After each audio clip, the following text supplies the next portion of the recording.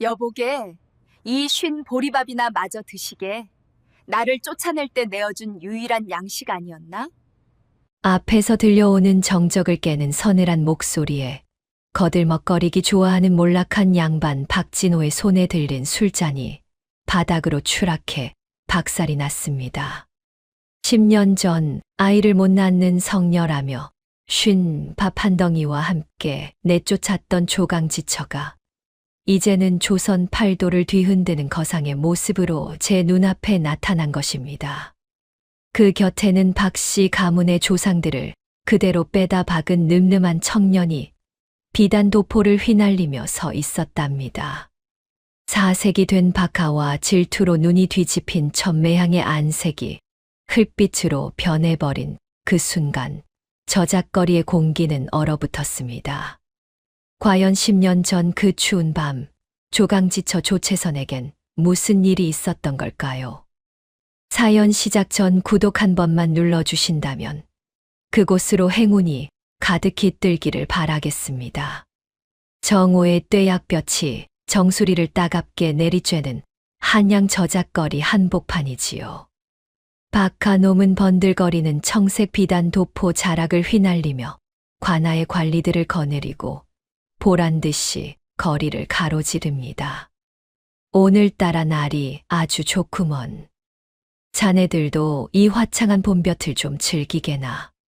그 산에는 거드름을 피우며 수염을 만지작거리고는 길을 비키지 못하는 백성들을 향해 짐짓 헛기침을 크게 내뱉었더랍니다.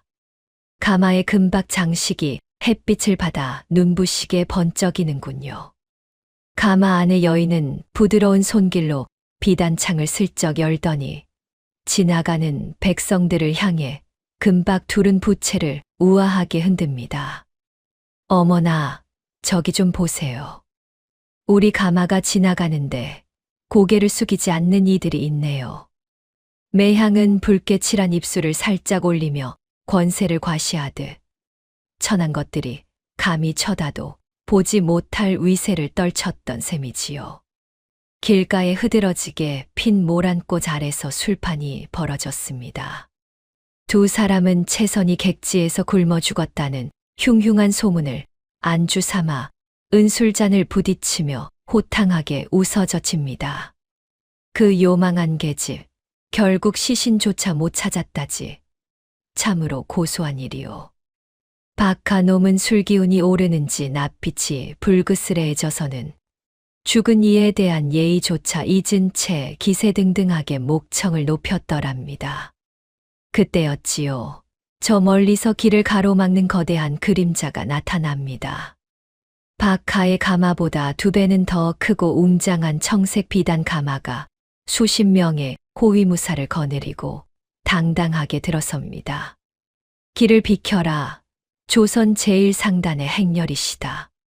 무사들의 외침에 장터의 시끄러운 소음이 단숨에 잦아들고 그 압도적인 위용에 구경하던 백성들이 하나둘 뒤로 물러났더랍니다.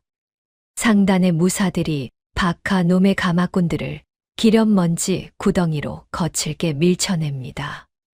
이게 무슨 무례냐. 감히 네 안전이라고 가마를 미는 게야. 이 양반은 짐짓가끈을 바짝 고쳐매며 호통을 치려 했으나 눈앞에 늘어선 무사들의 서슬퍼런 칼날과 상단의 위세에 눌려 어깨를 잔뜩 움츠린 채 뒷걸음질 쳤지요. 이윽고 청색 가마의 문이 천천히 옆으로 밀리며 열립니다. 눈부신 진주 자수가 놓인 저고리를 입은 여인이 한 땀 한 땀 장인이 수놓은 비단 신을 신은 발을 땅에 딛습니다. 먼 길을 오느라 발이 조금 저리는군요. 가마에서 내린 조 여사는 주변의 시선은 아랑곳하지 않고 옷자락에 묻은 보이지도 않는 먼지를 털어내며 천천히 고개를 들었더랍니다. 행수는 눈앞에 얼어붙은 박하를 마치 생전 처음 보는 길손처럼 무심하고도 차가운 눈길로 바라봅니다. 여인은 허리춤에 찬 조선 제1상단에 번쩍이는 금패를 손끝으로 천천히 만지며 생각에 잠긴 듯 보였지요. 이곳 저작거리는 예나 지금이나 변함없이 소란스럽군요. 그 여인의 말 한마디에 주변의 공기가 서늘하게 가라앉았고 상대의 눈동자에는 이름 모를 공포와 경외심이 서서히 번지기 시작했더랍니다. 가마 뒤에서 기골이 장대한 늠름한 청년이 내려 조 여사의 곁으로 다가옵니다. 휘는 어머니의 어깨를 듬직하게 감싸 안으며 세상에서 가장 따뜻하고 인자한 미소를 지어 보입니다. 어머님, 이제 다 오셨습니다. 조금만 더 참으시지요. 청년의 부드러운 음성이 상단 마당에 울려 퍼졌고 그 기품 있는 모습은 마치 하늘에서 내려온 선비와도 같았더랍니다. 박하놈은 휘에 짙은 눈썹과 오뚝한 콧날을 보더니 온몸을 사시나무 떨듯 떨기 시작합니다. 어찌 저 얼굴이 우리 조상님들과 이토록 빼다 바꿨단 말이냐? 사내는 손에 들고 있던 비단 부채를 바닥에 떨어뜨린 것도 모른 채 입을 벌리고 멍하니 청년의 얼굴만 바라보았지요. 그 눈에는 믿을 수 없는 현실을 부정하려는 듯한 당혹감이 가득했더랍니다. 매향은 채선의 옷에 촘촘히 박힌 영롱한 진주와 휘의 고결한 자태를 번갈아 보며 입술을 피가 나도록 깨뭅니다. 저것들이 죽지도 않고 살아 돌아오다니. 이게 대체 무슨 조화란 말인가. 그 여인은 질투와 시기심에 눈이 멀어 손톱이 하얗게 변하도록 가마 문턱을 움켜쥐었지요. 결국 빠드득 소리를 내며 손톱 끝이 부러져 피가 맺혔지만 여인은 그 통증조차 느끼지 못한 채 부르르 떨었더랍니다. 조 여사는 흙빛이 되어 굳어버린 박하놈의 얼굴을 아무런 감정 없이 묵묵히 응시합니다. 그러다 입가에 서늘한 조소를 살짝 띄우더니 듬직한 아들의 손을 부드럽게 맞잡습니다. 가시지요.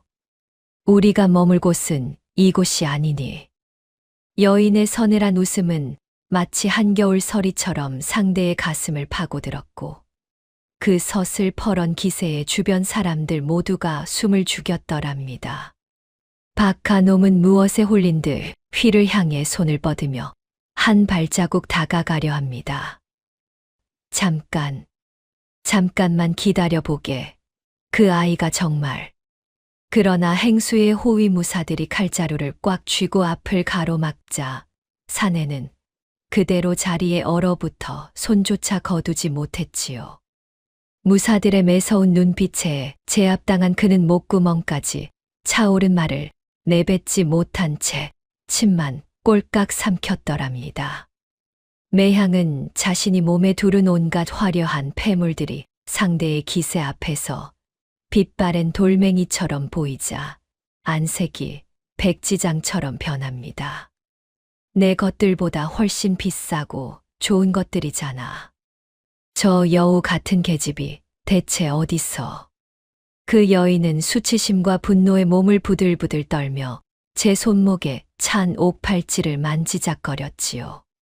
하지만 이미 온몸에 힘이 빠져버린 듯 자리에 서 있기도 버거워 가마 기둥에 겨우 몸을 기대었더랍니다. 조 여사는 돌처럼 굳어버린 두 사람을 뒤로 한 채 아무런 미련 없이 다시 가마에 오릅니다. 수십 필의 말과 거대한 가마 행렬이 흙먼지를 자욱하게 일으키며 저작거리를 가로질러 나아갑니다. 전진하라. 행수님께서 피곤해하신다. 상단의 장엄한 행렬은 마치 거대한 파도가 덮치듯 박하 일행을 압도하며 멀어져 갔고 저작거리엔 침묵만이 감돌았더랍니다. 가마가 떠난 자리에 홀로 남은 박하 놈은 뙤약볕 아래서 입을 벌린 채 석상처럼 굳어 있습니다. 주변의 백성들은 그의 몰락을 예견하듯 손가락질하며 수군대기 시작하지요. 저 양반 꼴 좀 보게나. 사람을 노비 부리듯 하더니 천벌을 받은 게지. 햇살은 여전히 따갑게 내리쬐고 있었으나 사내의 등 뒤로 흐르는 식은땀은 한겨울 얼음장처럼 차갑기만 했더랍니다. 화려한 기와집 안방으로 뛰어든 박하 놈은 숨을 몰아쉬며 눈을 부릅떴더랍니다. 이 사내는 장식장에 놓여있던 값비싼 청자 화병을 보자마자 짐승 같은 괴성을 지르며 바닥으로 내동댕이 쳤지요. 이게 무슨 망신이냐? 감히 그년이 내 앞에서 고개를 꼿꼿이 쳐들다니. 산산조각이 난 도자기 파편이 방 안 곳곳으로 튀어올랐고 분을 이기지 못한 박하 놈은 거친 숨을 내뱉으며 서슬퍼런 눈으로 깨진 조각을 응시했더랍니다.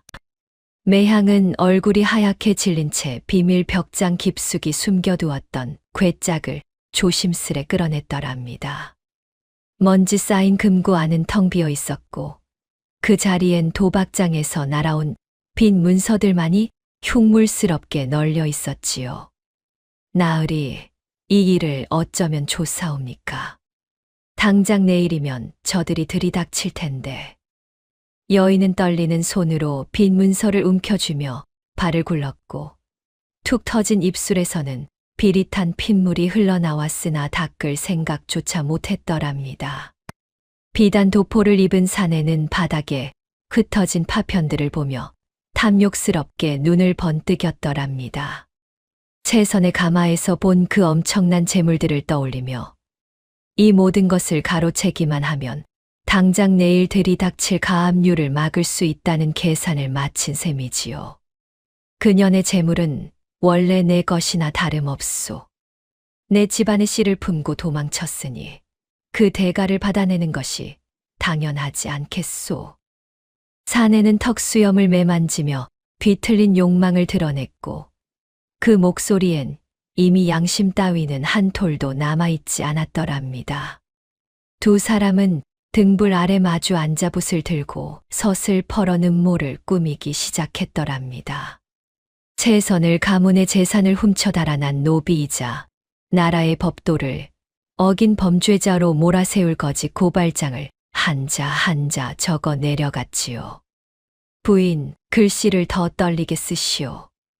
그래야 억울함이 더 묻어날 것이 아니오.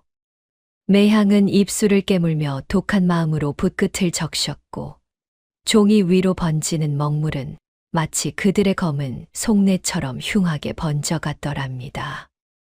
여인은 채선의 상단 물기를 막기 위해 상단의 일꾼들을 매수하려 은전 주머니를 챙겼더랍니다.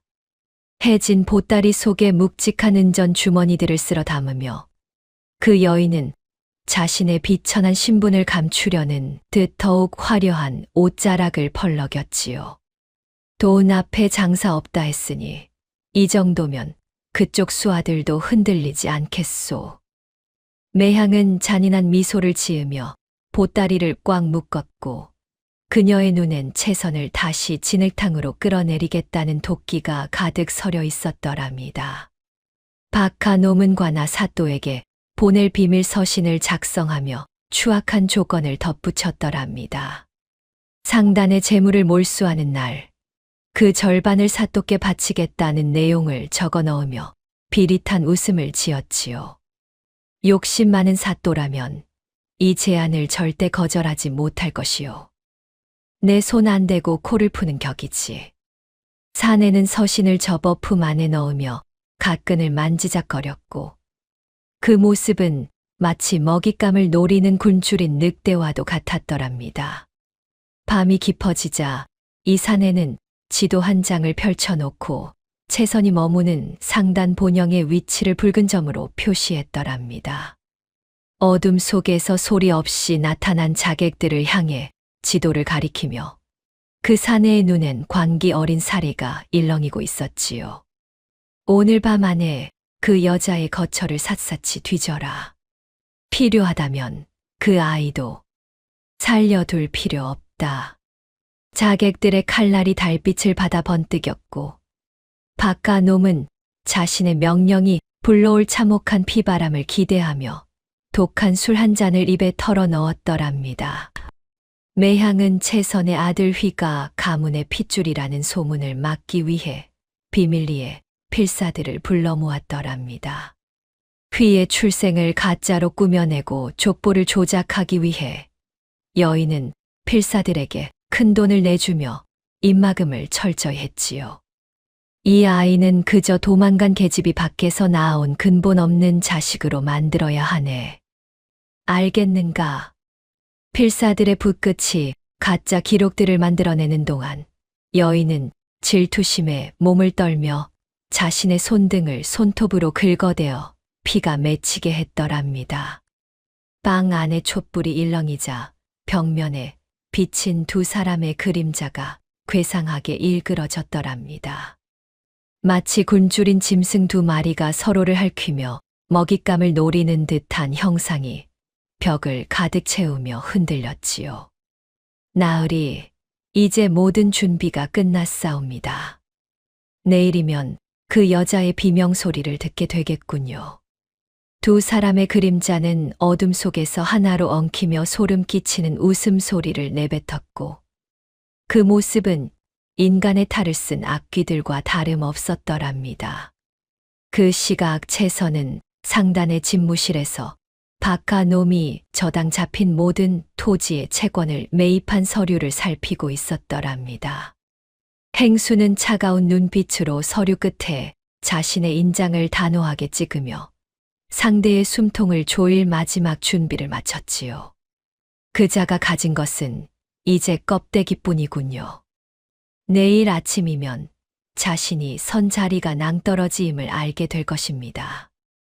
여인은 촛불을 꺼트리며 깊은 숨을 내뱉었고 어둠 속에서도 그녀의 눈은 복수의 일념으로 더욱 또렷하게 빛나고 있었더랍니다. 새벽녘 박하놈은 잠을 이루지 못한 채 홀로 마당을 서성이며 허공을 움켜쥐었더랍니다. 마치 채선의 목을 조르는 듯한 신용을 하며 미친 사람처럼 웅얼거리는 사내의 모습은 가련하기까지 했지요. 내년이 감히 내 발밑에서 기게 만들어주마. 죽어서도 내 집 귀신이 되게 해주마.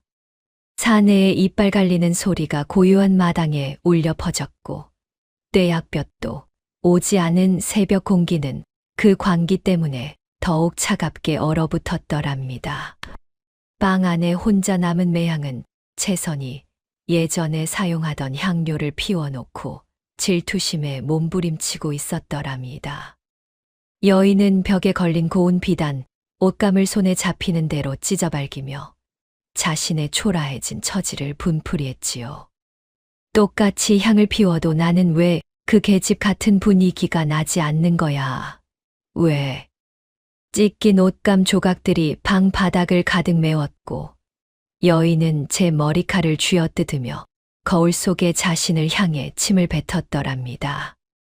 박하의 대문 밑으로는 빚쟁이들이 던져 넣은 경고문들이 낙엽처럼 수북하게 쌓여가고 있었더랍니다. 하지만 이 사내는 그 경고문들을 밟고 지나가면서도 오직 채선의 재물을 가로챌 망상에만 사로잡혀 있었지요. 이 종이 쪼가리들이 무슨 상관이냐.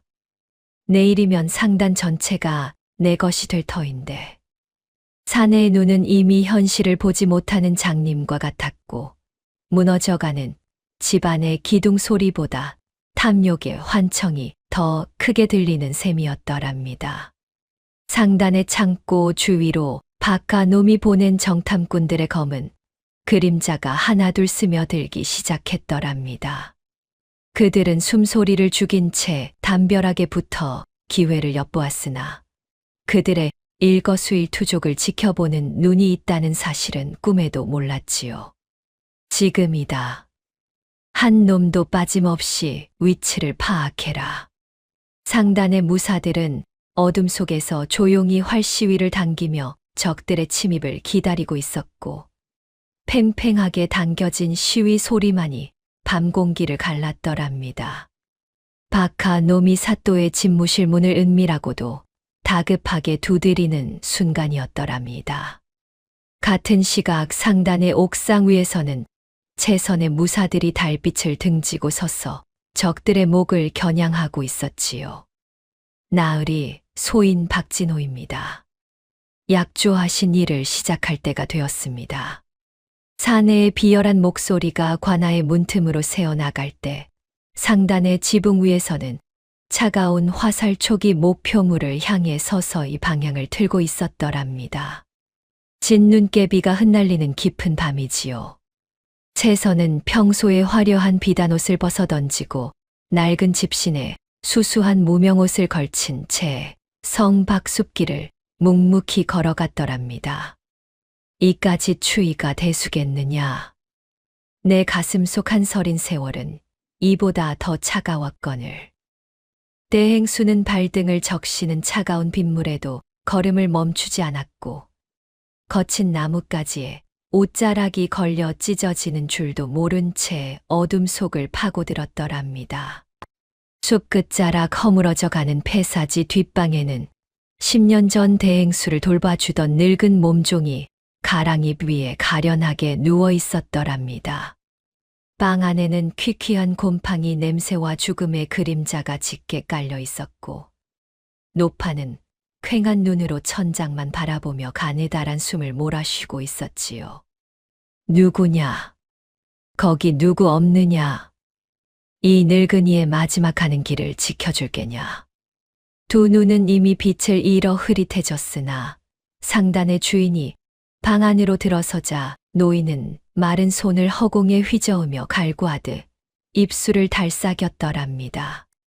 채선이 노파의 거칠고 주름진 손을 꼭 맞잡자 몸종은 그 온기만으로도 행수님이 돌아왔음을 알아채고는 목이 메어 오열하기 시작했더랍니다. 아이고, 채선 아가씨, 정말 아가씨가 맞으십니까? 이 미천한 것이 죽기 전에 기어이 뱉는구려. 노인은 바닥을 뒹굴며 피눈물을 쏟아냈고 행수님은 입술을 깨물며 노인의 어깨를 다독였으나 흐르는 눈물만큼은 감출 길이 없었더랍니다. 나 여기 있네.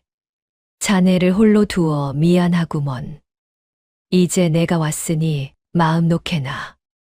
늙은 노파는 떨리는 손으로 구들장 깊숙한 곳을 헤집더니 흙투성이가 된 작은 청자 상자 하나를 꺼내 채선 앞에 천천히 올렸더랍니다. 이것을 행수님께 드리기 위해 모진 목숨을 이어왔사옵니다. 아가씨를 살릴 마지막 열쇠이옵니다. 노인은 상자를 건네며 마치 자신의 전 생애를 바치는 듯한 표정으로 대행수를 올려다보았지요. 청자 상자의 차가운 촉감이 채선의 손바닥에 닿는 순간 10년을 기다려온 진실의 무게가 온몸으로 전해졌더랍니다. 상자 안에는 매향의 수결이 선명하게 박힌 거짓 처방전과 의원이 양심의 가책을 이기지 못해 남긴 비망록이 들어 있었더랍니다. 채선은 누렇게 바랜 종이를 펼쳐들었고 그 안에 적힌 추악한 진실들이 달빛 아래 그 모습을 드러냈지요. 매향이 2년. 감히 내 가문을 이리도 처참하게 짓밟았단 말이냐. 비망록에는 10년 전 가문을 파탄냈던 매향의 검은 욕망이 먹물로 기록되어 있었으며 행수님은 그 글자 하나하나를 심장에 새기듯 묵묵히 읽어 내려갔더랍니다. 대행수는 성녀로 위장하기 위해 수태를 막는 독한 약을 썼다는 문구를 가늘게 떨리는 손가락으로 천천히 훑어 내려갔더랍니다.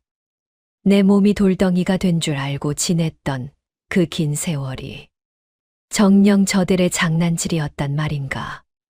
아이를 갖지 못한다는 누명을 쓰고 쫓겨나야 했던 그 밤의 원통함이 다시금 채선을 짓눌렀고 행수님은 신음조차 내지 못한 채 서류를 꽉 움켜쥐었지요.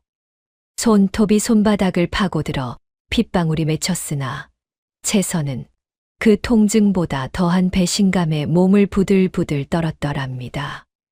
그때 밖에서 쏟아지는 장대비를 맞으며 망을 보던 휘가 예리한 기척으로 숲속의 움직임을 포착했더랍니다.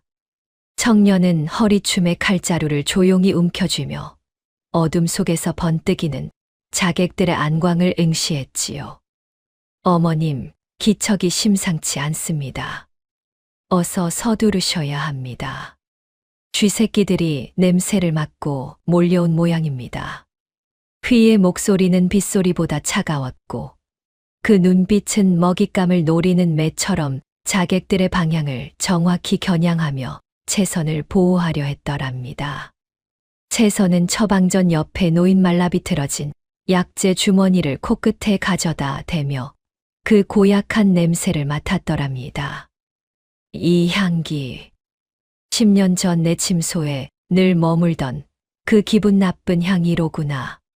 그 향기는 자신의 몸을 망가뜨리고 가정을 파탄냈던 지옥 같은 고통을 생생하게 일깨웠고 대행수의 눈에는 서리빨 같은 복수심이 다시금 타올랐지요.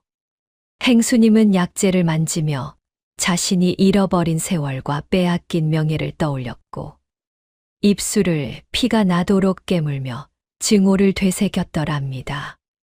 늙은 노파는 매향이 의원에게 건넸던 비녀가 사실은 채선의 가문에서 훔친 것이라는 사실을 힘겹게 증언했더랍니다.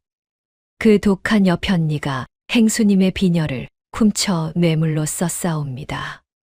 제 두 눈으로 똑똑히 보았지요. 노인의 증언은 비가 내리는 폐사지의 고요를 깨뜨렸고 채선은 가문의 상징을 더럽힌 그들의 추악함에 치를 떨며 주먹을 꽉 쥐었더랍니다. 내 가문의 자부심까지 도둑질에 썼다니 정녕 용서할 수 없구나. 가장 믿었던 이들이 벌인 배신은 대행수의 가슴에 깊은 구멍을 냈던 셈이지요. 채선은 증거물들을 품 안 깊숙이 소중하게 갈무리하고는 노파의 여윈 어깨를 감싸 안으며 일으켜 세웠더랍니다. 이제 걱정 마시오. 내 자네와 함께 이 지옥을 벗어날 것이니 조금만 더 버텨주시게나. 대행수는 노인을 안전한 곳으로 피신시키기 위해 단호한 몸짓으로 짐을 챙겼고 쇠약해진 노인은 채선의 품에서 안도의 숨을 내쉬었지요. 두 여인의 그림자가 무너진 벽면 위로 길게 늘어지며 탈출을 위한 긴박한 움직임이 시작되었더랍니다. 폐사지를 나서는 채선의 등 뒤로 매향이 보낸 자객이 던진 날카로운 단검이 휙 소리를 내며 나무 기둥에 깊숙이 박혔더랍니다. 채선 행수, 어디를 도망가려 하느냐? 그 상자를 내놓아라. 조금만 늦었더라면 대행수의 심장을 뚫었을 서슬퍼런 칼날이 비바람 속에 파르르 떨리고 있었지요. 숲속에서 튀어나온 자객들의 고함 소리가 천둥 소리와 뒤섞였고 채선은 본능적으로 상자를 품에 꼭 안으며 발걸음을 재촉했더랍니다. 휘는 번개처럼 몸을 날려 자객들의 앞을 가로막고는 빗속에서 화려하고도 치명적인 검수를 선보였더랍니다. 어머니, 앞만 보고 가십시오. 이놈들은 소자가 단죄할 것입니다. 청년의 칼날이 허공을 가를 때마다 자객들의 비명소리가 빗소리를 뚫고 터져 나왔고 붉은 선혈이 진흙탕 위로 흩뿌려졌지요. 휘는 채선을 지키기 위해 자신의 목숨을 건 싸움을 시작했으며 그 기계는 마치 성난 호랑이와도 같았더랍니다. 채선은 뒤를 돌아보지 않고 증거가 담긴 상자를 품에 꼭 안은 채 아들이 터준 길을 따라 말을 재촉했더랍니다. 휘야, 부디 무사해야 한다. 어미가 이 증거를 반드시 지켜내마. 빗줄기는 더욱 굵어져 앞을 보기 힘들었으나 대행수의 눈앞은 그 어느 때보다 명징하게 빛났고 말발굽 소리는 복수의 서막을 알리는 북소리처럼 대지를 울렸지요. 행수님은 등 뒤에서 들려오는 칼싸움 소리를 들으며 반드시 살아남아 적들의 목을 쳐야 한다는 일념으로 달렸더랍니다. 몸종이 안전하게 가마에 올라타는 것을 확인한 뒤에야 채선은 비로소 가쁜 숨을 몰아쉬며 하늘을 올려다보았더랍니다. 이제야 비로소 복수의 마지막 조각이 내 손에 들어왔구나. 10년 동안 흩어져 있던 진실의 조각들이 마침내 하나의 그림으로 맞춰졌음을 본능적으로 느낀 셈이지요. 대행수는 품속의 상자를 어루만지며 승리의 확신을 얻었고 차가운 빗줄기는 그녀의 뺨에 묻은 피와 눈물을 씻어내렸더랍니다. 새벽 안개가 자욱하게 깔린 산길 위로 채선이 들고 있는 처방전의 붉은 수결이 마치 악인들이 흘릴 피처럼 선명하게 빛나고 있었더랍니다. 박진호, 매향아, 너희가 뿌린 피눈물의 씨앗을 이제 너희가 거둘 차례다. 희뿌연 안개 속에서 대행수의 눈동자는 서리빨처럼 빛났으며 그 모습은 마치 긴 잠에서 깨어난 여전사와도 같았지요. 행수의 낮은 읍초림이 안개 속으로 사라지며 복수의 서막이 마침내 올랐음을 산천이 증언하고 있었더랍니다. 상단의 고즈넉한 정원, 대행수는 아들 휘에게 거상의 장부를 넘겨주며 상단에 자금 흐름을 잇는 법을 지도했더랍니다. 채선은 떨리는 손끝으로 붓을 쥐고 장부의 숫자 하나하나가 가진 무게를 조용히 읊조렸지요. 휘야, 이 숫자들은 단순한 돈이 아니라 사람들의 목숨줄과 같은 것이니라. 흐름을 놓치면 만명의 생계가 흔들리는 법이지. 대행수는 아들의 총명한 눈빛을 바라보며 장부를 넘기는 손길에 엄격함과 애정을 동시에 담았더랍니다. 휘는 어머니가 직접 우려내어 향이 그윽한 차를 마시며 과거 시험을 위해 갈고 닦은 문장들을 정갈한 글씨로 옮겨 적었더랍니다. 어머님의 가르침이 이 찬물처럼 깊어 제 가슴에 그대로 스며듭니다. 상도의 이치도 문장의 도리와 다르지 않음을 알겠나이다. 청년은 붓을 든 손에 힘을 주어 종이 위에 묵직한 획을 그었고 그 모습은 마치 바위처럼 단단하고 흐르는 물처럼 유연해 보였지요. 상단의 뜰엔 매화 향기가 번졌고 모자의 대화는 은은한 차 향기와 어우러져 평화로운 한때를 만들어냈던 셈이지요.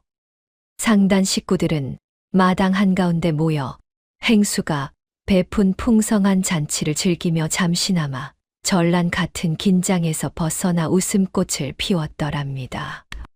행수님 덕분에 이런 호사를 다 누려보네요. 자, 우리 한 잔씩들 하세나. 오가는 술잔 속에 거친 일꾼들의 웃음소리가 담장을 넘었고 고기를 굽는 고소한 냄새가 상단 가득 퍼져나갔지요. 대행수는 멀리서 그 광경을 바라보며 입가에 엷은 미소를 띄었으나 그 눈동자에는 다가올 폭풍을 대비하는 서늘함이 슬쩍 스쳐 지나갔더랍니다. 채선은 방으로 들어가 10년 전 쫓겨나던 밤에 입었던 빛바랜 낡은 소복을 꺼내 햇볕 잘 드는 툇마루에 말렸더랍니다.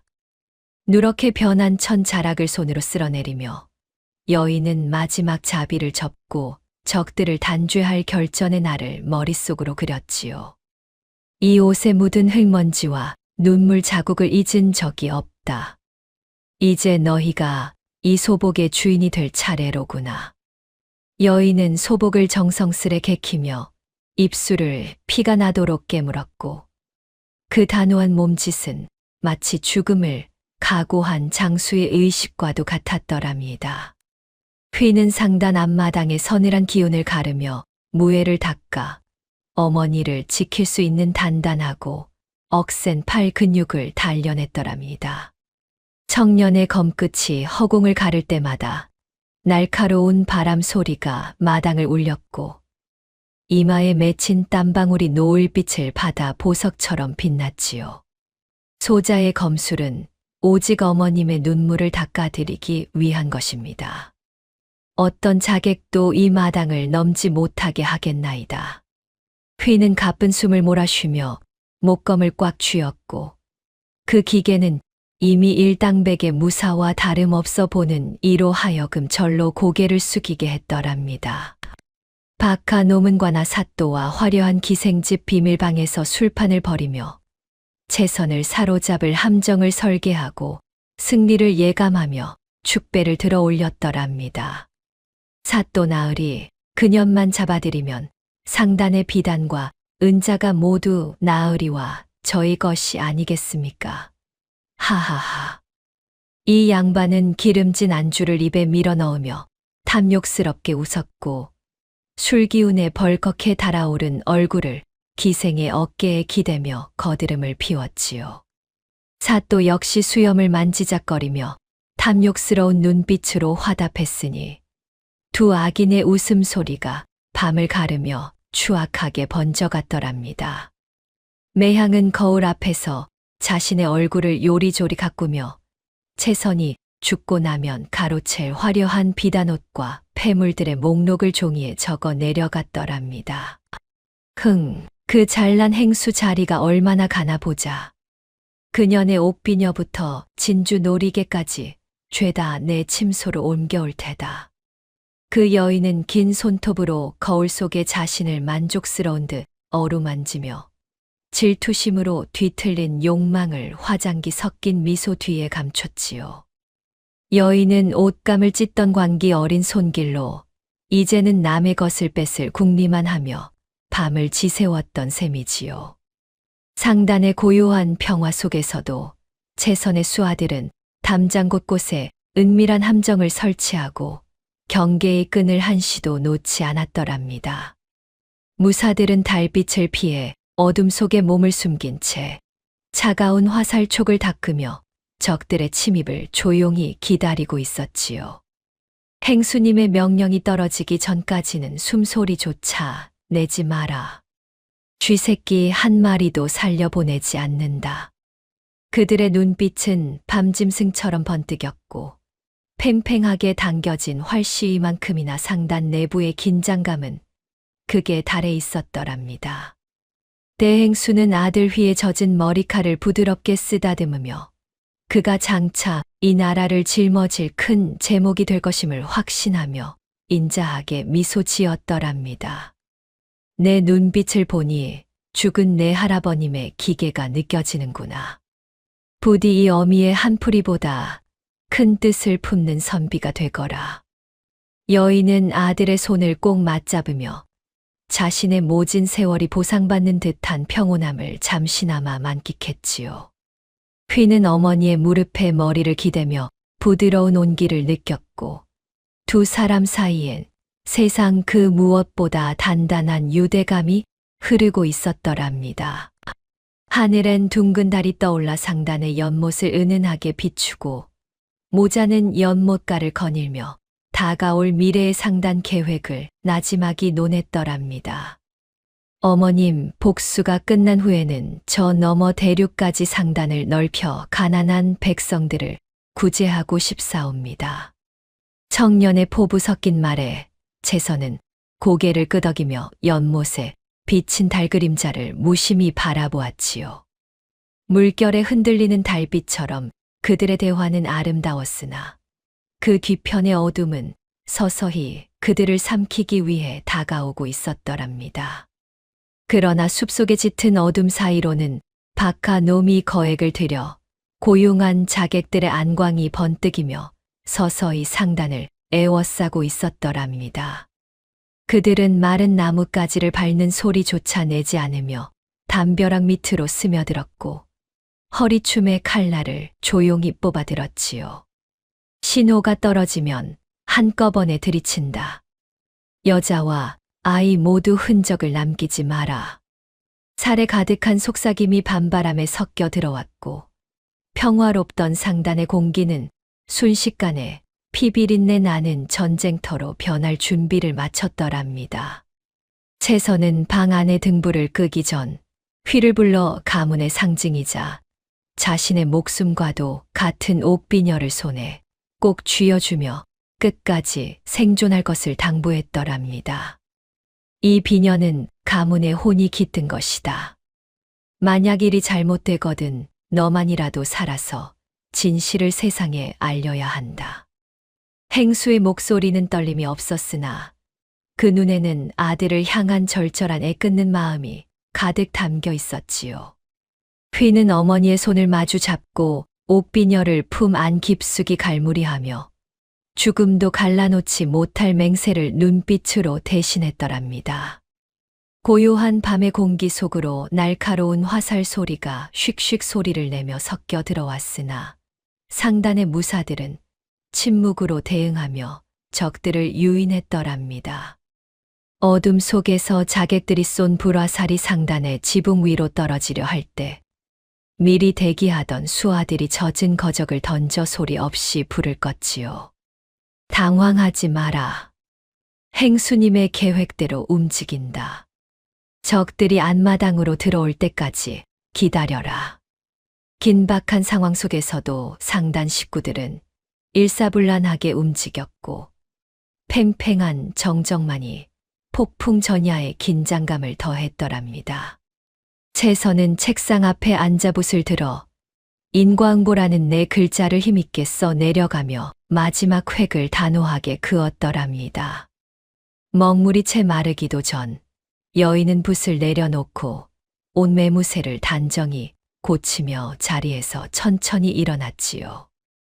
뿌린 대로 거두는 법. 박진호, 네가 오늘 밤 이곳에서 내 죄의 무게를 확인하게 될 것이다. 여인의 눈에는 복수의 서슬이 퍼렇게 날이 서 있었고 그 뒷모습은 거센 파도 앞에서도 흔들리지 않는 바위처럼 당당해 보였더랍니다.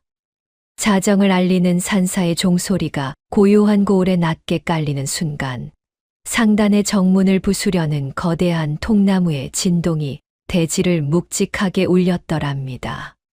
굉음과 함께 단단했던 빗장이 비명을 지르며 튀어나갔고 박하의 자객들이 함성을 지르며 안으로 쏟아져 들어왔지요. 비로소 일시적인 평화가 깨지고 피 튀기는 전쟁의 서막이 올랐으며 채선은 그 소란 속에서도 눈 하나 깜짝하지 않고 어둠을 응시했더랍니다. 새벽 공기를 날카롭게 가르는 요란한 관아의 징소리가 평화롭던 상단의 정막을 산산조각 냈더랍니다.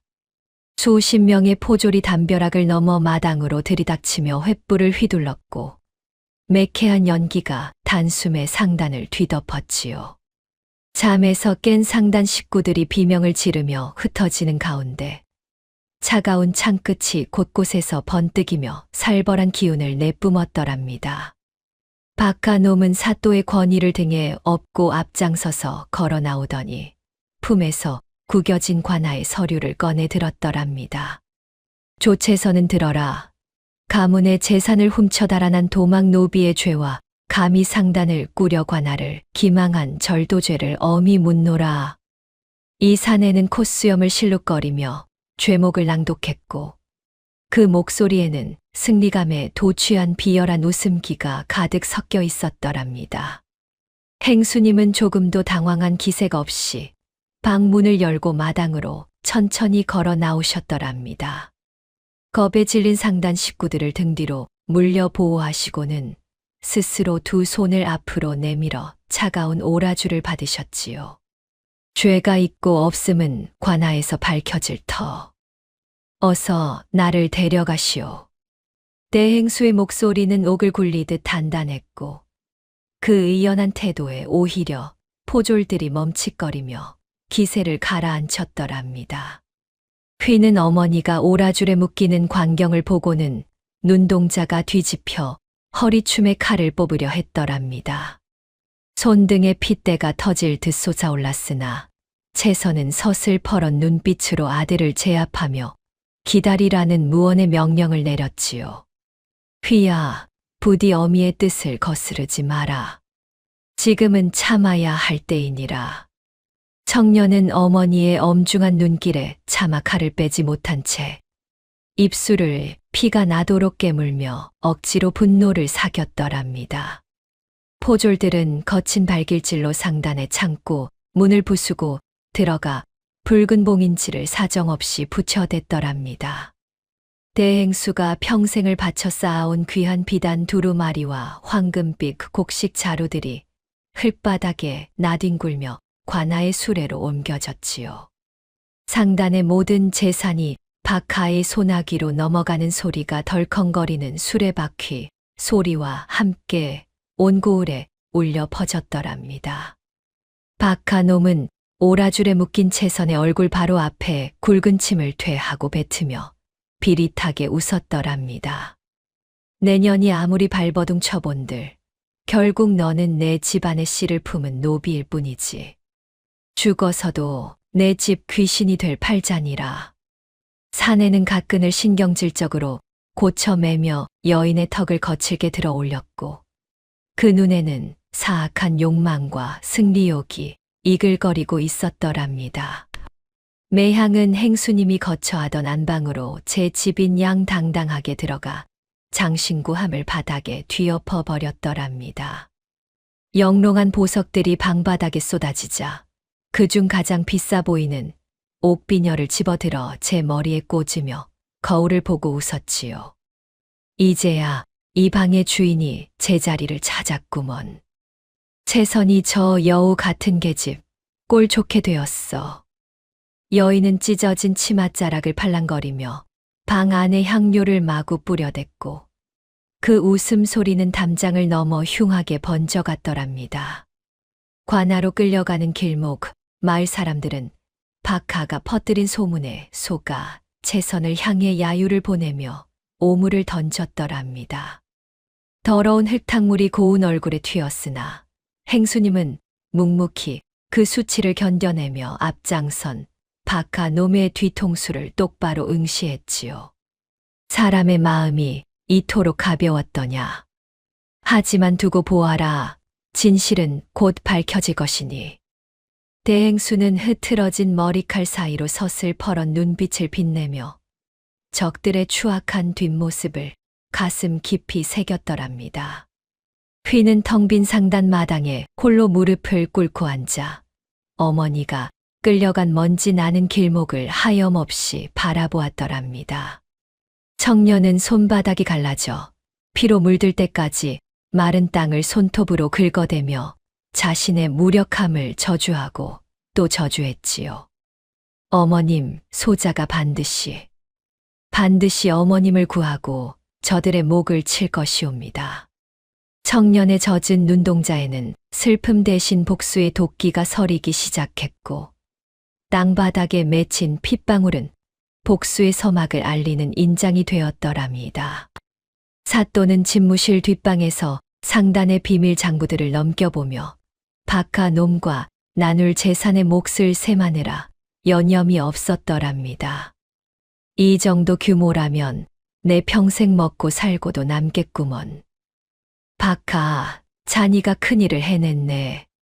탐욕스러운 관리는 수염을 만지작거리며 껄껄 웃었고 두 아기는 술잔을 부딪히며 채선의 눈물을 안주 삼아 축배를 들었더랍니다. 어둡고 습한 감옥 바닥에 짐승처럼 던져지는 순간에도 채선은 차가운 바닥에 손을 짚고 천천히 몸을 일으켰더랍니다. 행수님은 헝클어진 머리를 손가락으로 빗어 넘기며 정갈하게 가다듬었고 거상의 품위를 잃지 않으려 옷매무새를 추슬렀지요. 이 어둠이 영원할 것 같으냐. 해가 뜨기 전이 가장 어두운 법이지.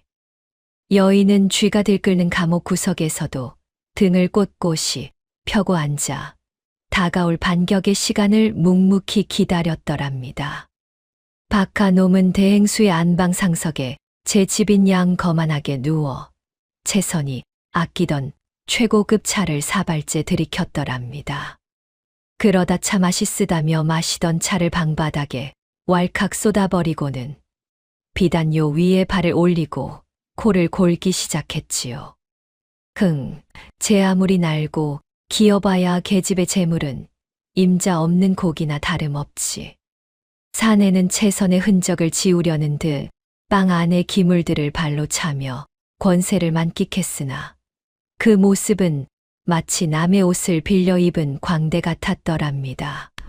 주인을 잃고 시리에 빠진 상단 식구들을 불러 모은 휘는 어둠 속에서 등불을 켜고 은밀하게 반격을 모의했더랍니다.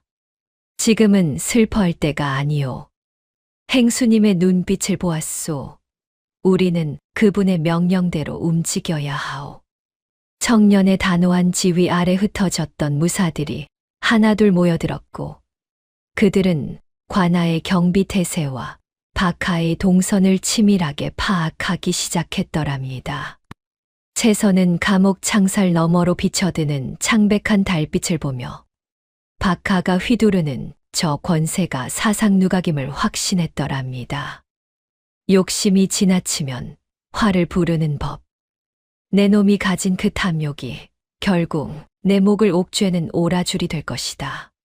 대행수는 달빛을 향해 조용히 기도를 올리며 아들 휘가 안전하기를 바라는 마음과 함께 복수의 칼날을 마음속에서 더욱 날카롭게 갈았더랍니다. 다음 날 아침 관아 대문 앞에는 채선을 대역죄인으로 몰아처형하겠다는 무시무시한 방서가 붙어 고울이 발칵 뒤집혔더랍니다. 대역죄인 조채선을 사흘 뒤 효수형에 처한다. 관아의 북소리가 둥둥 울릴 때마다 백성들은 공포에 질려 수군거렸고 그 소식은 휘의 귀에까지 들어가 청년의 심장을 찢어 놓았으니 고울엔 피비린내 진동하는 긴장감이 감돌았더랍니다. 휘는 어머니를 구하기 위해 흙먼지를 뒤집어 쓴 채 서당의 스승을 찾아가 그 무릎 앞에 엎드렸더랍니다. 스승님, 제발 제 어머님의 무죄를 증명할 글을 한 줄만 써 주십시오. 스승님의 말씀이라면 사또도 함부로 하지 못할 것입니다. 하지만 평소 고결함을 강조하던 노학자는 제자의 시선을 피하며 떨리는 손으로 명부에서 그의 이름을 지워나갔지요. 이복의 박훈. 아니, 이제 박씨가 아니지. 관아의 기세가 저리 등등한데 내가 어찌 나서겠나? 자네 이름은 이미 이 서당에서 지워졌으니 다시는 오지 말게나. 스승의 냉정한 거절에 청년은 망연자실하여 먼 산만 허망하게 바라보았고 학문이 지켜주지 못하는 현실의 벽 앞에 눈물을 삼켰더랍니다. 저작거리를 지나는 청년의 뒤로 동네 아이들이 몰려와 흘덩이와 돌멩이를 던지며 소리를 질러댔더랍니다. 노비 자식아, 물러가라. 도둑년 아들이 어디라고 비단 도포를 걸치고 다니느냐. 아이들이 던진 돌에 이마가 찢어져 핏물이 흘러내렸고 휘가 입은 고결한 흰 도포 자락은 순식간에 진흙과 오물로 더럽혀졌지요. 그는 찢어진 소매를 꽉 움켜쥐며 이를 악물었으나 한때 고개를 숙이던 이웃들의 차가운 시선은 송곳처럼 가슴을 찔렀던 셈이지요. 매향은 시장 한복판에서 비단 부채를 휘저으며 상인들에게 은전 주머니를 풀어 헤쳤더랍니다. 자, 이 돈을 받고 내 말을 똑똑히 전하게나. 조채선 그년이 사실은 남자를 홀려 상단을 뺏은 음탕한 계집이라는 사실을 말이네. 돈에 눈이 먼 상인들은 여인의 비아냥거림에 맞장구를 치며 근거 없는 추문을 솜사탕처럼 부풀려 퍼뜨리기 시작했지요. 여인은 승리감에 취해 코끝을 찡긋거렸고 그 독한 향료, 냄새는 시장통의 비린내와 섞여 역하게 진동했더랍니다. 휘는 찢어진 옷차림으로 관아 대문 앞에 엎드려 사흘 밤낮을 곡기 한 번 끊지 않고 통곡하며 어머니의 무죄를 주장했더랍니다. 사또 나으리, 제 어머님은 죄가 없으십니다. 박가 놈의 모략에 속지 마시고 진실을 살펴주십시오. 밤이 깊어 서리가 내려앉아도 청년은 꼼짝도 하지 않았고 그의 목소리는 갈라지고 터져 피비린내가 날 지경이었지요.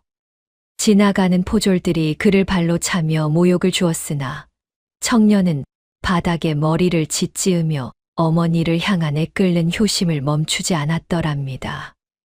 박하 놈은 기고만장한 걸음으로 관아 안을 들락거리다 엎드려 있는 아들의 곁을 지나게 되었더랍니다.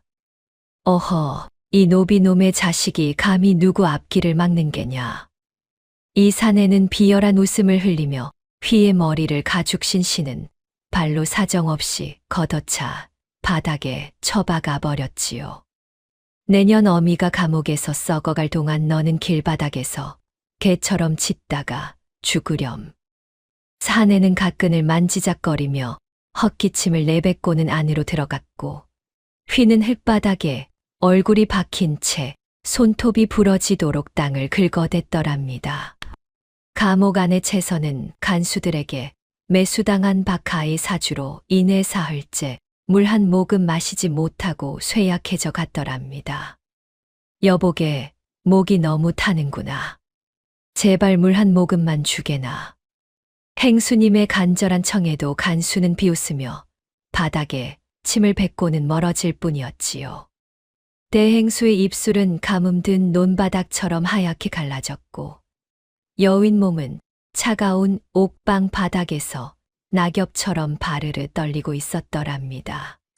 휘를 형제처럼 따르던 상단의 젊은 무사들마저 박하 놈의 협박과 회유에 넘어가 하나둘 짐을 싸서 떠나갔더랍니다. 미안하네, 박훈. 아니, 휘야. 우리도 먹고 살아야 하지 않겠나. 박나으리가 땅을 주겠다고 하니 어쩔 수 없네.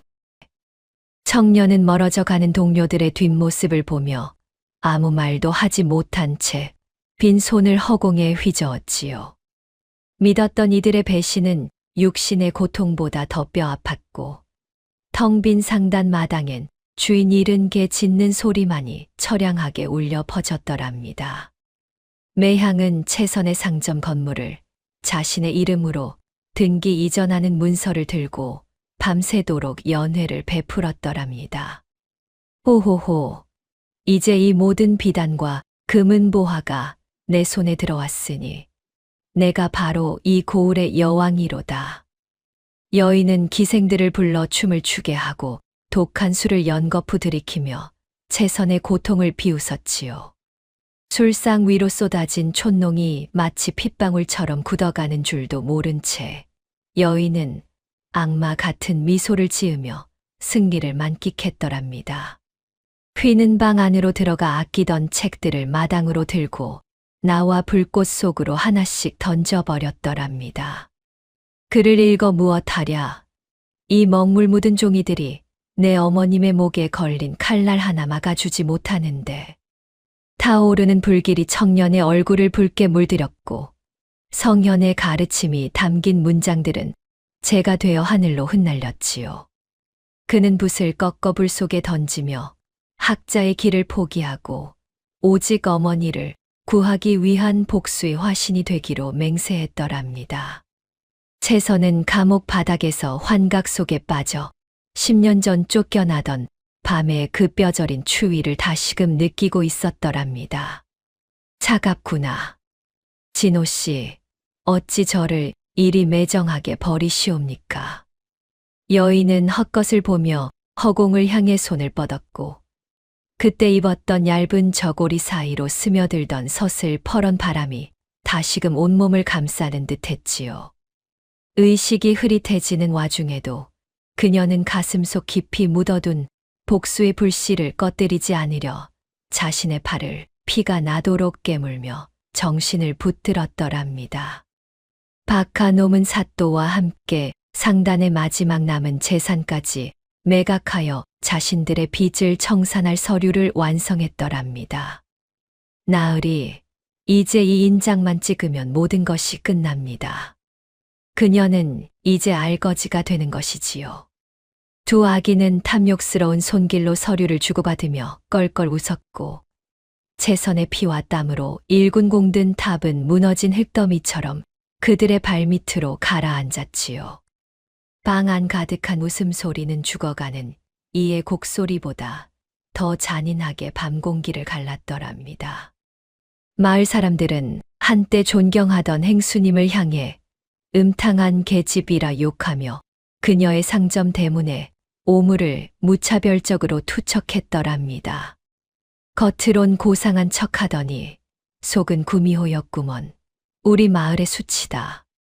아름답던 비단 상점의 간판은 더러운 오물의 얼룩져 형체를 알아볼 수 없게 되었고, 민심은 들불처럼 일어나 그녀를 사지로 몰아넣었지요. 세상은 이미 그녀의 편이 아니었고 정의는 돈과 권력 앞에 무릎을 꿇은 채 숨을 죽이고 있었던 셈이지요. 휘는 홀로 남은 상단 안방에서 어머니의 채취가 희미하게 남은 옷가지를 가슴에 품고 어둠 속에서 칼을 갈았더랍니다. 숫돌에 칼을 가는 소리가 고요한 방 안에 날카롭게 울려 퍼졌고 청년의 눈은 이미 인간의 것이 아닌 짐승의 안광처럼 번뜩였지요. 부드러운 항문의 손길은 사라지고 오직 어머니를 구하기 위해 적의 목을 벨 단단한 무사의 손이 그 자리를 대신했더랍니다. 채선은 옥사장에게 자신의 마지막 남은 옷가락지를 몰래 건네며 아들에게 보낼 비밀 서신을 전달해달라 간청했더랍니다. 이것이 내 전 재산이네. 제발 내 아들 휘에게 이 글을 전해주게나. 내 마지막 소원이네. 간수는 욕심 가득한 눈으로 옷가락지를 가로채며 고개를 끄덕였고 여인은 떨리는 손으로 찢어진 치맛자락에 피로 글을 적어 내려갔지요. 그녀의 손끝에서 배어나온 선혈은 종이 위에서 붉은 눈물처럼 번져나갔더랍니다. 휘가 어머니의 피 묻은 서신을 건네받아 펼치는 바로 그 순간이었더랍니다. 관아 쪽에서 채선의 사형 집행일을 공표하는 웅장하고도 불길한 북소리가 고을 전체를 진동시키며 울려 퍼졌지요. 청년은 서신을 꽉 움켜쥐며 하늘을 향해 소리 없는 절규를 내뱉었고 사형을 알리는 북소리는 모자의 가슴을 찢어발기며 다가올 비극을 예고했더랍니다. 깊은 밤 산사의 종소리가 자정의 정적을 깨뜨리는 순간이었더랍니다. 관아 감옥 뒤편에서 검은 연기와 함께 시뻘건 불길이 하늘을 찌르듯이 치솟아 올랐지요. 불이야, 감옥에 불이 났다. 어서 물을 길어 오너라. 포졸들이 우왕좌왕하며 불길을 잡으려 소동을 피우는 사이 어둠 속에서 정체를 알 수 없는 검은 그림자들이 담벼락을 소리 없이 넘어들었더랍니다. 휘는 얼굴을 복면으로 가린 채 상단의 정예 무사들과 함께 감옥의 두꺼운 벽을 부수고 안으로 뛰어들었더랍니다. 어머님, 소자가 왔습니다. 조금만 더 견디십시오. 청년은 쇠약해질 대로 쇠약해져 바닥에 쓰러진 채선을 발견하고는 가슴이 찢어지는 고통에 울부짖으며 그녀를 등에 업었지요. 대행수는 흐릿한 정신 속에서도 아들의 목소리를 알아듣고는 가느다란 손으로 아들의 어깨를 꽉 움켜쥐었더랍니다. 매향이 보낸 자객들이 탈출하는 모자의 뒤를 쫓으며 무차별적으로 불화살을 쏘아대기 시작했더랍니다. 한 놈도 놓치지 마라. 행수의 목을 가져오는 자에게 천금을 내릴 것이다. 자객들의 고함 소리와 함께 숲 전체가 화마로 물들었고 사방에서 날아드는 화살촉이 나무 기둥에 박히며 매캐한 냄새를 풍겼지요. 불길은 거센 바람을 타고 번져나가 모자의 도주로를 붉은 지옥으로 뒤덮어 버렸던 셈이지요. 채선은 아들의 등 위에서 자객들의 시퍼런 칼날이 휘의 목덜미를 향해 날아드는 것을 보았더랍니다. 휘야, 조심해라. 여인은 본능적으로 자신의 몸을 비틀어 아들의 뒤를 막아섰고 자객의 칼등이 대행수의 어깨를 강타하며 둔탁한 소리를 냈지요. 행수님은 뼈가 어긋나는 통증에 비명을 지를 법도 했으나 아들을 지켜야 한다는 일념으로 입술을 피가 나도록 깨물며 신음을 참아냈더랍니다. 모자는 깎아지른 듯한 낭떠러지 끝으로 내몰려 더 이상 물러날 곳이 없었더랍니다. 발밑으로는 집을 집어삼킬 듯한 것엔 강물이 소용돌이치며 칠흑 같은 어둠 속에서 포효하고 있었지요. 이제 끝이다. 여기서 죽든지 내 칼에 목이 잘리든지 선택해라. 자객들이 부채꼴로 펼쳐지며 압박해오자 청년은 어머니를 등에 업은 채 절벽 끝에서 서슬퍼런 칼날을 휘두르며 마지막 항전을 준비했더랍니다. 자객들의 우두머리가 박진호의 명령대로 모두 죽이라며 칼을 높이 쳐들고 휘를 향해 돌진해 왔더랍니다. 박진호 그자의 개가 되어 천륜을 어기려 들다니 내 놈들 또한 살아 돌아가지 못할 것이다. 우두머리는 비열한 미소를 지으며 칼을 내리쳤고 불꽃이 튀는 찰나에 청년의 눈에는 죽음을 초월한 무사의 기계가 서려 있었지요. 벼랑 끝에서 벌어지는 혈투는 보는 이의 심장을 멎게 할 만큼 치열하고도 처절했던 셈이지요. 휘는 한 손으로 어머니의 허리를 단단히 감싸 안고 다른 한 손으로 번개같이 칼을 휘둘러 자객 우두머리의 가슴을 깊숙이 찔렀더랍니다. 이놈이. 우두머리는 비명을 지르며 절벽 아래 낭떠러지로 추락했고 그 모습은 마치 지옥으로 떨어지는 악귀와도 같았지요. 청년은 피 묻은 칼을 거두며 거칠게 숨을 몰아쉬었고 자객들은 우두머리의 죽음에 잠시 주춤하며 뒤로 물러났더랍니다. 채선은 화상 입은 어깨의 통증을 견디며 아들의 귓가에 낮고도 단호한 목소리로 속삭였더랍니다. 휘야, 겁내지 마라. 저 강물로 뛰어들어야 우리가 살 수 있다. 하늘이 우리를 버리지 않을 것이다. 행수님의 말에 휘는 강물을 굽어보며 결연한 의지를 다졌고 어머니의 손을 더욱 꽉 쥐었지요. 어머님 말씀대로 하겠습니다. 소자가 끝까지 어머님을 놓지 않을 것이니 부디 눈을 감으십시오. 박진호는 멀리서 타오르는 산불을 바라보며 채선이 기어코 죽었을 것이라 확신하고 독한 술을 입에 털어 넣었더랍니다. 이제야 내 앞길을 막던 장애물이 사라졌구나. 이 술맛이 이토록 달콤할 수가. 이 사내는 가끈을 느슨하게 풀고는 탐욕스러운 미소를 지으며 승리감에 도취해 기생들의 어깨를 끌어안았지요. 사내는 산이 타오르는 비극을 보며 자신의 부귀영화가 시작되었다고 착각하며 광기 어린 웃음을 터뜨렸더랍니다. 휘는 어머니와 자신의 몸을 튼튼한 포승줄로 단단히 묶고는 절벽 끝에서 자객들을 향해 마지막 포효를 내지른다. 박진호에게 전하라. 우리는 결코 죽지 않고 돌아와 내 놈의 목을 칠 것이다. 청년은 지체 없이 거센 물살을 향해 몸을 날렸고 모자의 신형은 어둠 속으로 화살처럼 빨려 들어갔지요. 벼랑 끝에 선 자객들은 허무하게 강물을 내려다보며 모자가 뛰어든 자리에 일어난 거친 파도를 묵묵히 응시했더랍니다. 모자가 강물 속으로 몸을 날리는 바로 그 찰나 자객이 쏜 마지막 화살이 대행수의 다리에 깊숙이 박혔더랍니다. 채선의 비명소리가 바람결에 흩어지고 붉은 선혈이 허공에 꽃잎처럼 흩날리며 차가운 강물 위로 떨어졌지요. 휘는 물속으로 가라앉으며 어머니의 몸이 경직되는 것을 느꼈고 본능적으로 그녀를 더 세게 끌어안으며 수면 위로 올라가려 사투를 벌였더랍니다.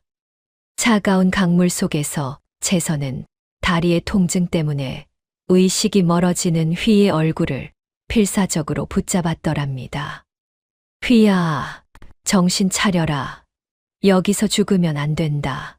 어서 수면 위로 올라가야 해. 행수님은 다리에서 피가 솟구치는 와중에도 아들을 지키기 위해 필사적으로 발짓을 하며 물살을 헤쳤지요. 모자는 소용돌이치는 물결에 휘말려 수차례 잠겼다 뜨기를 반복하며 죽음의 문턱을 수십 번도 더 넘나들었더랍니다. 강과 바위 틈으로 기어 나온 채선은 다리에 박힌 화살촉을 발견하고는 제 이빨로 그 촉을 물어 뽑아냈더랍니다. 살점이 뜯겨나가는 고통에 온몸이 뒤틀렸으나 행수님은 아들이 깰까봐 비명 한마디 지르지 않고 고통을 집어삼켰지요. 여인은 찢어진 치맛자락을 입에 물고 상처 부위를 단단히 묶었으며 바닥에 뱉어낸 화살촉은 달빛 아래서 흉측하게 번뜩였더랍니다. 매향은 자객들로부터 시신은 못 찾았으나 강에 뛰어들었으니 살아남지 못했을 거지라는 보고를 받고 미소 지었더랍니다. 잘했다. 그 깊은 강물에서 다친 몸으로 살아남을 재간은 없겠지. 이제야 발 뻗고 자겠구먼. 여인은 긴 손톱을 만지작거리며 안도의 한숨을 내쉬었고 거울을 보며 자신의 화장을 고치기 시작했지요. 매향은 채선의 상단이 온전히 자신의 것이 되었다는 생각에 이미 정경부인이 된 듯한 거드름을 피웠더랍니다. 채선은 의식을 잃고 파르르 떨고 있는 휘를 껴안고 자신의 젖은 옷을 벗어 아들의 몸을 감싸 안았더랍니다. 휘야, 조금만 참으렴. 이 어미가 널 지켜줄 것이다. 내일이 오면 우리는 다시 시작할 수 있어. 행수님은 자신의 체온을 아들에게 나누어 주며 복수를 위한 마지막 반격의 시간을 조용히 기다렸지요. 새벽 안개가 강가에 자욱하게 깔리는 가운데 모자의 가쁜 숨소리만이 고요한 숲속에 생명의 박동처럼 울려 퍼졌더랍니다. 강가 숲속의 어둠이 채 가시기 전이었더랍니다. 채선의 노비였으나 평생을 바쳐 상단의 안살림을 도맡았던 집사 노인이 피투성이가 된 몸으로 나무 사이를 헤매다 쓰러진 모자를 발견했더랍니다. 노인의 하얀 수염은 이미 선열로 붉게 물들어 있었고 떨리는 손으로 나무 기둥을 짚으며 힘겹게 한 발짝씩 내디뎠지요. 행수님, 행수님 살아 계셨군요. 하늘이 도우셨습니다. 그는 복부에 입은 치명상을 가리려 했으나 손가락 사이로 울컥 쏟아지는 검붉은 피가 이미 명줄이 다했음을 말해주고 있었더랍니다. 충직한 수와는 거친 숨을 몰아쉬며 품 안에서 피 묻은 비단 주머니 하나를 조심스레 꺼내 대행수에게 건넸더랍니다. 그 안에는 박하 놈과 사또가 상단을 집어삼키기 위해 주고받은 유착 비밀 장부가 들어 있었지요. 행수님, 이것이 박하가 사또에게 상단을 통째로 넘기기로 한 미략서입니다. 제가 목숨을 걸고 빼내왔사옵니다.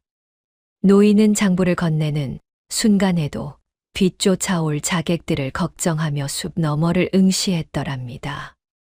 그는 자신의 고통보다 상단의 안위를 먼저 걱정하며 마지막 남은 기력을 쥐어짜 여인에게 진실을 전했던 셈이지요. 행수님, 소인의 역할은 여기까지인 듯 싶습니다. 부디 그놈들의 죄를 만천하에 밝혀주십시오.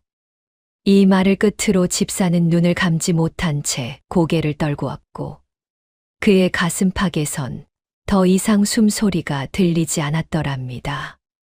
행수님은 가족 같던 조력자의 차가워진 주검 앞에 엎드려 소리 없이 오열하며 노인의 감기지 못한 눈을 떨리는 손으로 덮어주었지요.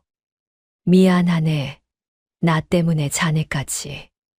내 맹세하건대 자네의 죽음이 헛되지 않게 하겠네. 여인은 입술을 피가 나도록 깨물며 슬픔을 가슴 깊이 묻었더랍니다. 휘는 바닥에 떨어진 집사의 유품인 낡은 칼을 집어들어 마른 땅에 깊숙이 꽂으며 포효했더랍니다. 어머님, 이제는 참지 않겠습니다.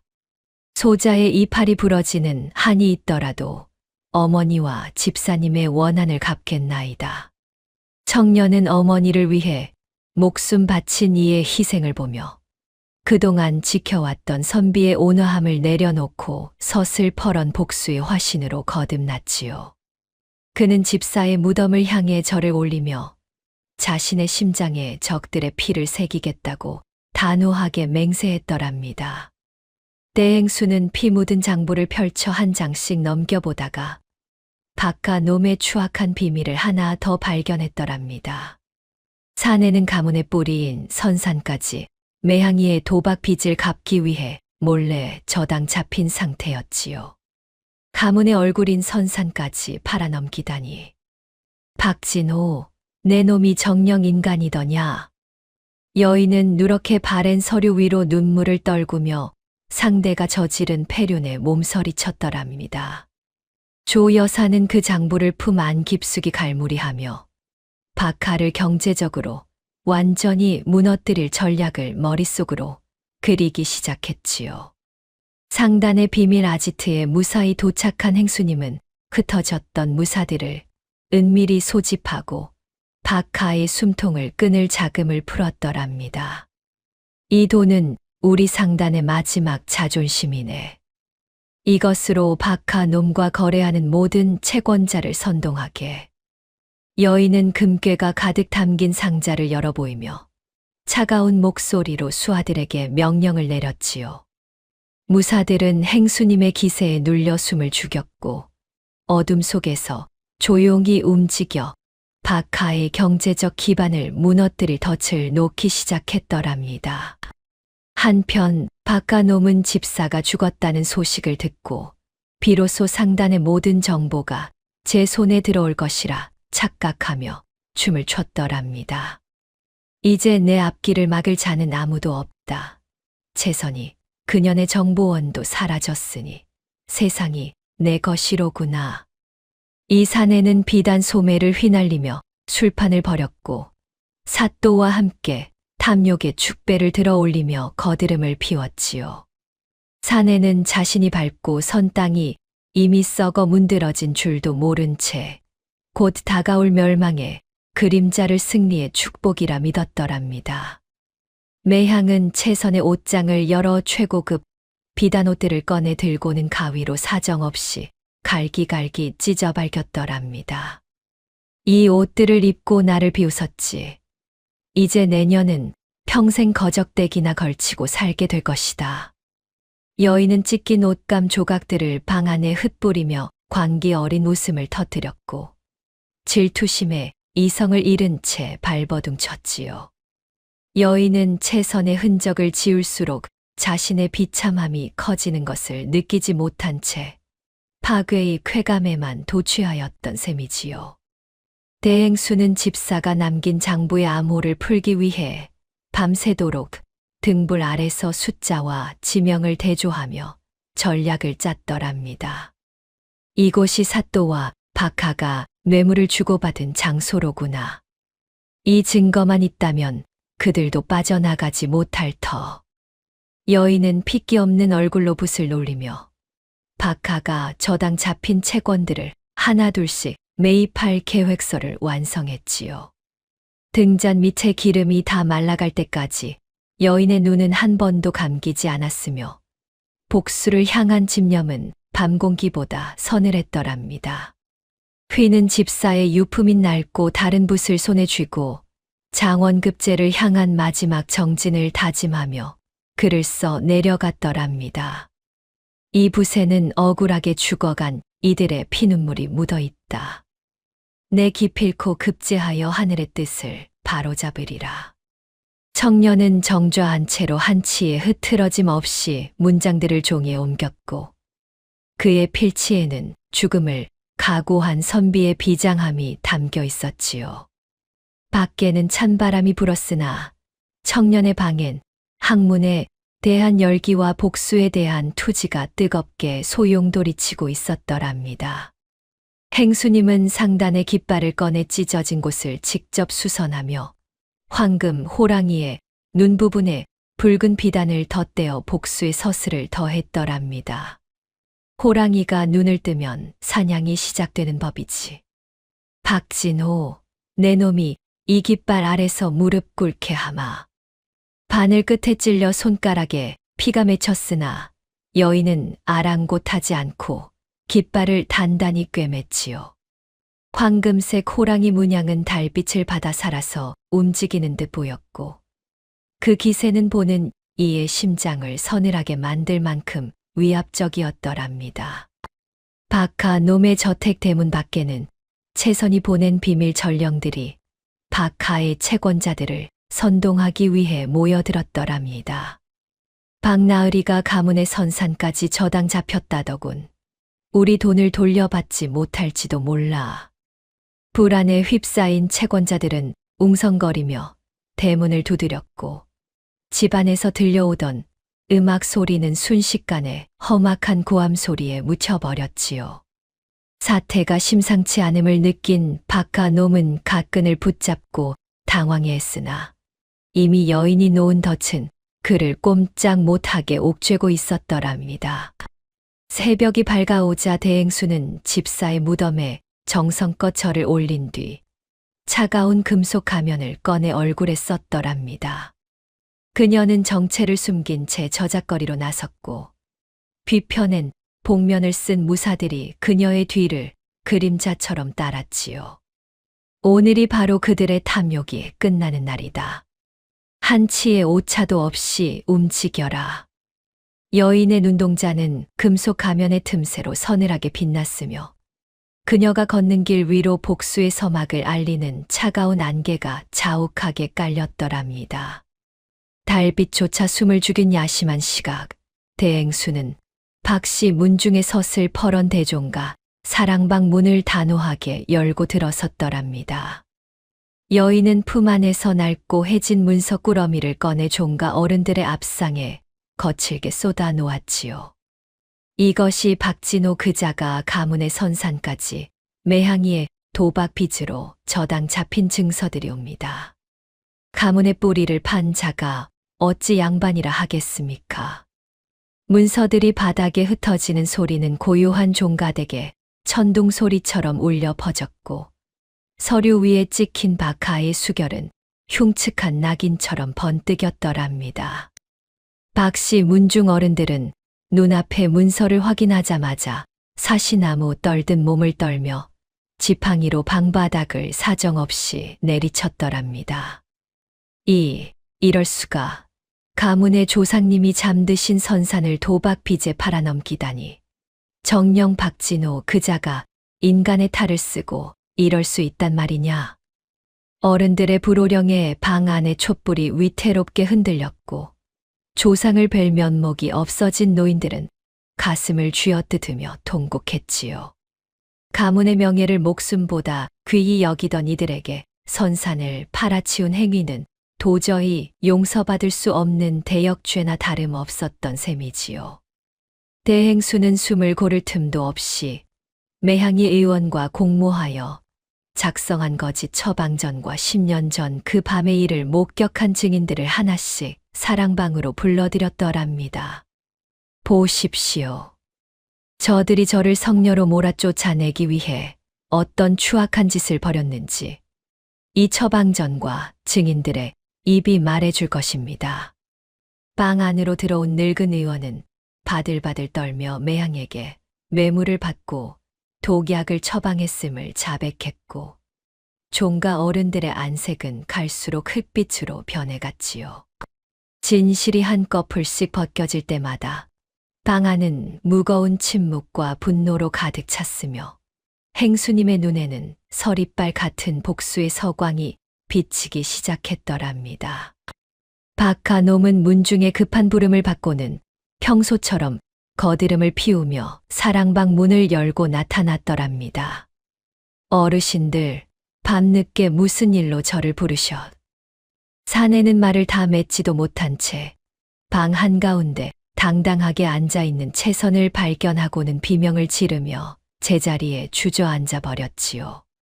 죽은 줄만 알았던 여인이 살아있는 눈빛으로 자신을 쏘아보자 사내는 귀신이라도 본 듯 턱을 덜덜 떨며 뒷걸음질을 쳤더랍니다.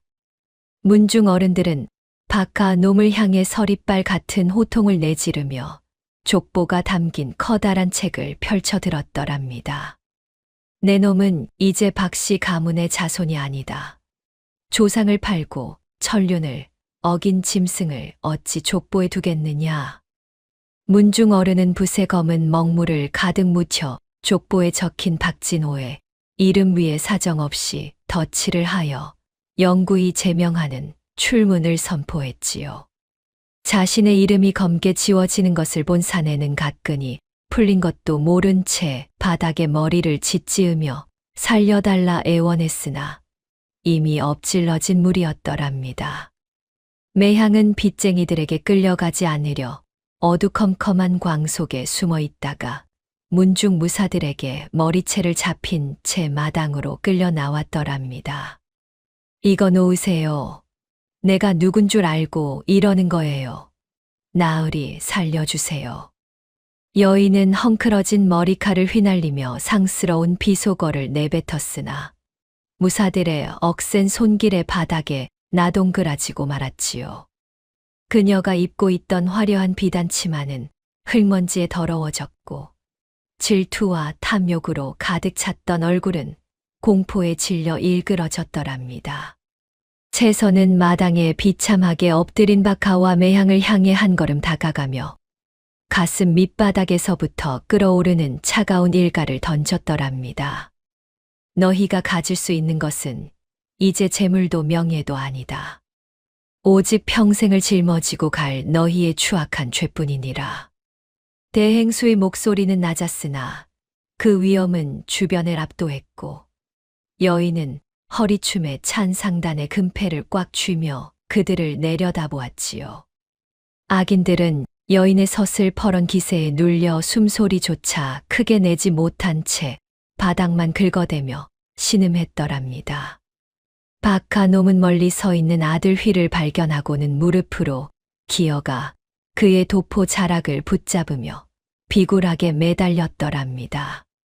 휘야, 내 아들아, 내 아비를 봐서라도 제발 어른들께 말 좀 잘해다오. 내가 죽으면 너도 노비 자식이 되는 것 아니냐. 사내는 눈물 콧물을 흘리며 아들의 발등을 붙잡고 구걸했으나 그 모습은 아버지가 아닌 한 마리 가련한 짐승에 불과했지요. 사내의 비열한 애원은 조용한 마당에 울려 퍼졌고 이를 지켜보는 종과 식구들은 침을 뱉으며 고개를 돌렸더랍니다. 휘는 자신의 발치를 붙잡고 늘어지는 박하를 향해 차가운 시선을 던지며 단호하게 그 손을 뿌리쳐 버렸더랍니다. 나으리, 착각하지 마십시오. 제 아버지는 10년 전 그 추운 겨울밤 어머니와 저를 길바닥으로 내몰 때 이미 돌아가셨습니다. 청년은 도포 소매를 단정하게 걷어 올리며 선비의 단호함을 보여주었고 그의 목소리엔 일말의 연민도 남아있지 않았지요.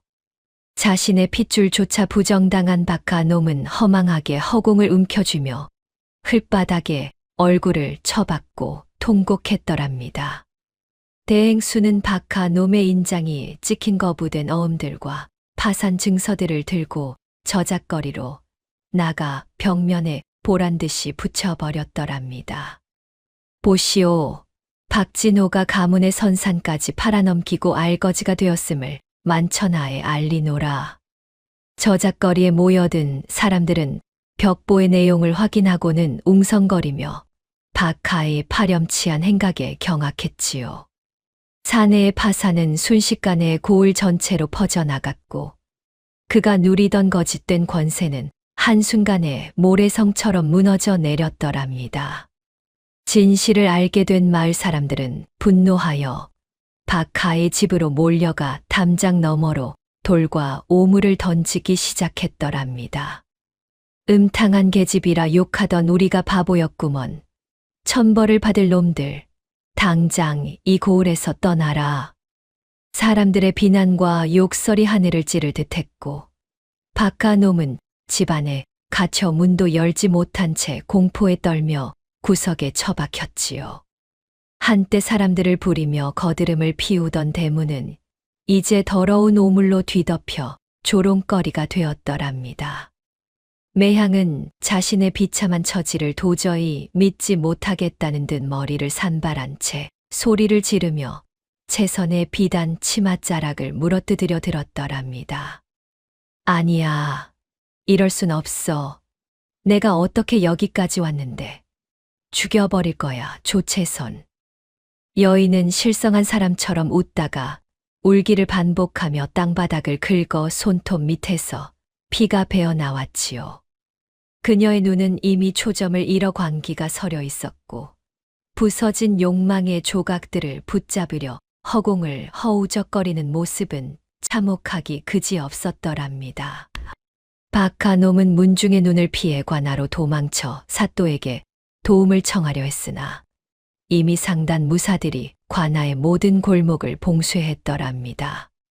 비켜라. 사또 나으리를 만나야 한단 말이다. 나를 도와줄 분은 사또뿐이야. 사내는 관아 정문을 향해 필사적으로 달렸으나 서슬퍼런 칼날을 든 무사들이 앞을 가로막자 그대로 주저앉아 바지에 오줌을 지리고 말았지요. 사방이 막힌 도간에 든 쥐신세가 된 사내는 사또의 이름만 울부짖으며 자신의 몰락을 부정하려 애썼더랍니다. 여인은 긴 숨을 내뱉으며 하늘을 올려다보았고 그동안 그녀를 옥죄던 한 서린 세월이 바람에 씻겨 내려가는 것을 느꼈지요. 집사님, 보고 계십니까? 이제 저들이 자신들이 저지른 죄의 대가를 치를 시간이 왔습니다. 여인의 눈에는 눈물 대신 단단한 평온함이 깃들었고 상단의 깃발을 쥔 그녀의 손에는 새로운 미래를 향한 힘이 들어갔더랍니다. 그러나 관아 안방에서 이 광경을 지켜보던 사또는 박하와의 유착 증거를 인멸하기 위해 관아 문서고에 불을 지르려 하며 발악을 준비했더랍니다. 내 목이 날아가기 전에 모든 장부를 태워버려야 한다. 박진호 그놈과 엮인 것들을 싹 다 없애라. 관리의 탐욕스러운 눈에는 사리가 번뜩였고 어둠 속에서 성냥불을 켜는 그의 손은 가늘게 떨리고 있었지요. 관아 마당엔 서슬퍼런 살기가 가득했더랍니다. 사또는 제 죄를 덮으려 최선을 대역죄인으로 몰아처형하기 위한 형틀을 마당 한가운데 서둘러 준비시켰지요. 어서 서둘러라. 해가 중천에 뜨기 전에 저 요망한 계집의 목을 쳐서 본보기로 삼아야 한다. 망나니가 칼을 갈며 뿜어내는 쇳소리와 포졸들의 거친 발소리가 뒤섞여 관아의 공기는 숨이 막힐 듯 무겁게 가라앉아 있었더랍니다. 탐욕의 눈이 먼 관리는 박하에게 받은 뇌물 장부를 화로에 던져 넣으며 추악한 증거를 인멸하려 했더랍니다.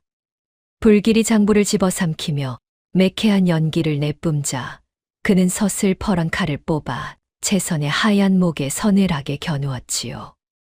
내 놈이 가진 장부가 사라지면 너 또한 쓸모없는 고깃덩어리에 불과하다. 이 칼날이 내 목을 지나면 모든 진실은 영원히 묻힐 것이야. 관리의 눈에는 사리가 번뜩였고 대행수는 목 끝에 닿은 차가운 금속의 촉감에도 눈 하나 깜짝하지 않고 그를 응시했더랍니다. 행수님은 형틀의 밧줄로 꽁꽁 묶여 있으면서도 하늘을 우러러보며 사자후 같은 호통을 내지르셨더랍니다. 사또, 그대가 불태운 것은 종이 쪼가리일 뿐 내 가슴에 새겨진 진실은 불태우지 못할 것이요. 여인의 목소리는 관아 담장을 넘어온 고을에 울려 퍼졌고 그녀의 당당한 기세에 칼을 쥐고 있던 관리의 손이 가늘게 떨렸지요. 진실의 빛은 구름에 가려질 수는 있어도 결코 사라지지 않는 법. 하늘이 무섭지도 않으냐. 대행수는 밧줄이 살을 파고드는 고통 속에서도 꼿꼿하게 허리를 펴며 거상의 위엄을 잃지 않았더랍니다. 박하놈은 형장 구석에 비스듬히 앉아 비열한 미소를 지으며 채선의 죽음을 느긋하게 기다리고 있었더랍니다. 하하하, 이제야 내년에 그 잘난 고집도 끝이 나는구나. 죽어서 저승에 가거든 내 집안의 명예를 더럽힌 죄를 빌거라. 이 사내는 가끈을 만지작거리며 승리감에 취해 있었고 곁에 있던 매향은 마치 축제라도 벌어진 듯 어깨춤을 추며 좋아했지요. 나으리, 이제 이 상단은 온전히 우리 것입니다.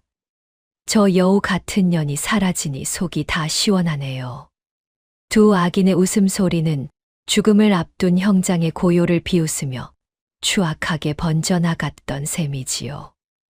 바로 그 순간이었더랍니다. 관아 정문을 부술 듯한 우렁찬 함성과 함께 수십 명의 역조리 담장을 넘었지요. 암행어사 출두야, 암행어사 출두야. 천둥 소리 같은 외침이 관아 마당을 뒤흔들자 칼을 들고 있던 포졸들은 혼비백산하여 무기를 떨어뜨리고 바닥에 엎드러졌더랍니다. 사또의 얼굴은 순식간에 잿빛으로 변했고 박하 놈과 매향은 귀신이라도 본 듯 입을 벌린 채 제자리에 얼어붙었지요. 암행어사의 마패가 햇빛을 받아 눈부신 광채를 내뿜으며 사또의 눈을 찌를 듯이 번뜩였더랍니다. 마패의 빛을 보아라. 하늘이 보낸 심판자가 왔음을 알리는 신호다. 위풍당당하게 말을 타고 들어오는 어사의 위엄에 관아 안의 모든 생명이 숨을 죽였고 백성들은 담장 너머로 고개를 내밀며 환호했지요. 사또는 관복 자락을 붙잡고 부르르 떨며 이럴 수가 라는 말만 반복하며 바닥에 주저앉고 말았더랍니다. 어사의 뒤편으로 어사화를 머리에 꽂은 늠름한 청년이 장원급 제자의 위엄을 갖추고 나타났더랍니다. 휘는 말에서 내려 어머니 채선 앞에 다가가 무릎을 꿇으며 그동안 참아왔던 뜨거운 눈물을 보였지요. 어머니, 소자가 하늘의 뜻을 받들어 저들의 죄를 다스리러 왔나이다. 조금만 더 버티십시오. 청년의 머리 위에서 한들거리는 어사화는 마치 승리의 꽃이 피어난 듯 아름다웠고 모자의 눈이 마주치는 순간 관아 마당엔 기적 같은 온기가 감돌았더랍니다. 휘는 떨리는 손으로 어머니의 팔을 옥죄던 거친 오라줄을 칼로 단번에 끊어내었더랍니다. 소자가 늦었습니다. 이제 그 어떤 사슬도 어머니를 구속하지 못할 것입니다. 청년은 어머니의 손목에 남은 붉은 상처를 어루만지며 피눈물을 삼켰고 대행수는 아들의 얼굴을 어루만지며 대견함의 말을 잊지 못했지요. 그는 어머니를 부축해 일으켜 세우며 자신을 짓밟았던 악인들을 향해 서리빨 같은 시선을 던졌더랍니다. 암행어사는 채선이 미리 전달했던 박하와 사또의 유착밀약서 원본을 높이 들어 만천하에 공개했더랍니다. 사또는 들어라. 내 놈이 불태운 것은 가짜 장부요. 진짜는 여기 있느니라. 너의 관복을 벗고 죄의 무게를 달아라. 어사의 호통에 포졸들이 달려들어 사또의 관대를 끊고 관복을 사정없이 벗겨내어 바닥에 팽개쳤지요. 부패한 권리는 이제 속적삼만 걸친 초라한 죄인의 모습으로 전락하여 자신이 준비한 형틀 앞에서 사시나무 떨듯 떨었더랍니다. 박하 놈은 휘가 자신의 아들임을 강조하며 비굴하게 기어와 어사화 끝자락을 붙잡으려 했더랍니다. 휘야, 내 이놈, 내가 내 아비다. 아버지를 사지로 모는 것이 자식의 도리더냐. 제발 살려다오. 사내는 눈물 콧물을 쏟으며 구걸했으나 휘는 도포 소매를 털어 그 더러운 손을 뿌리치며 천둥 같은 호통을 쳤지요. 죄인은 고개를 들지 마라. 내 아버지는 10년 전 어머니를 내칠 때 이미 죽었노라. 이제 법의 심판만이 내 놈을 기다릴 뿐이다. 청년의 서슬퍼런 꾸짖음의 사내는 흙바닥에 얼굴을 쳐박고 통곡하며 자신의 몰락을 받아들여야 했더랍니다. 사또는 포졸들에게 질질 끌려 자신이 채선을 위해 준비했던 형틀 위에 짐승처럼 묶였더랍니다. 매향은 도망치려 발버둥을 쳤으나 상단의 무사들이 칼날을 겨누며 앞을 막아서자 진흙탕에 나동그라져 비명을 질렀지요. 아니야. 나는 정경 부인이 될 몸이란 말이야. 이거나 이 천한 것들아. 여인의 머리채는 흙탕물에 범벅이 되었고 질투와 탐욕으로 가득했던 눈동자엔 이제 죽음의 공포만이 가득 서려 있었더랍니다. 채선은 아들의 머리에 꽂힌 어사화를 손끝으로 조심스레 만져보며 참았던 통곡을 비로소 터뜨렸더랍니다. 장하다, 내 아들. 네가 정령 어미의 한을 풀어주었구나. 이제 죽어도 여한이 없다. 행수님은 아들을 품에 꼭 안았고 휘는 어머니의 등 뒤를 다독이며 평생의 짐을 내려놓은 듯 깊은 숨을 내뱉었지요. 모자의 뜨거운 눈물은 형장의 핏빛 기운을 씻어내듯 대지 위로 뚝뚝 떨어졌더랍니다. 관아 밖을 에워싸고 있던 고을 사람들은 천우신조다, 아맹어사 만세를 외치며 만세를 불렀더랍니다. 상단의 무사들은 품 안에서 황금 호랑이가 새겨진 깃발을 꺼내 관아 마당 한복판에 위풍당당하게 꽂았지요. 호랑이가 눈을 떴다. 정의가 승리했다. 깃발이 바람에 펄럭이며 황금빛 위용을 뽐낼 때 억눌렸던 백성들의 환호성이 하늘을 찌를 듯 대지를 울렸더랍니다. 박하놈은 휘의 발치에 머리를 조아리며 목숨만은 살려달라며 비참하게 손이 발이 되도록 빌었더랍니다. 하지만 휘는 냉정하게 법집행관에게 고개를 끄덕이며 단 한 번의 눈길도 주지 않고 앞을 보았지요. 너의 죄는 사람이 심판하는 것이 아니라 하늘이 심판하는 것이다. 끌고 가라. 사내는 울부짖으며 끌려갔고 그가 누렸던 모든 부귀영화는 한순간에 흩어지는 먼지보다도 가벼운 것이 되었더랍니다. 노을 지는 관아 마당에는 악인들의 처절한 비명소리가 울려 퍼졌으나 채선은 비로소 완전한 승리의 미소를 지었더랍니다. 붉게 물든 하늘 아래 대행수의 얼굴은 평온했고 그녀의 눈에는 새로운 상단의 미래와 아들의 앞길이 눈부시게 그려졌지요. 인과응보라 하였더냐. 박진호, 네가 가졌던 그 탐욕이 결국 내 무덤이 되었구나. 여인은 아들의 손을 잡고 관아를 나섰습니다. 관아 마당에 울려 퍼지던 매서운 곤장 소리가 그치자 박하놈은 만신창이가 된 몸으로 가문에서 영구히 제명되어 길 내던져졌더랍니다.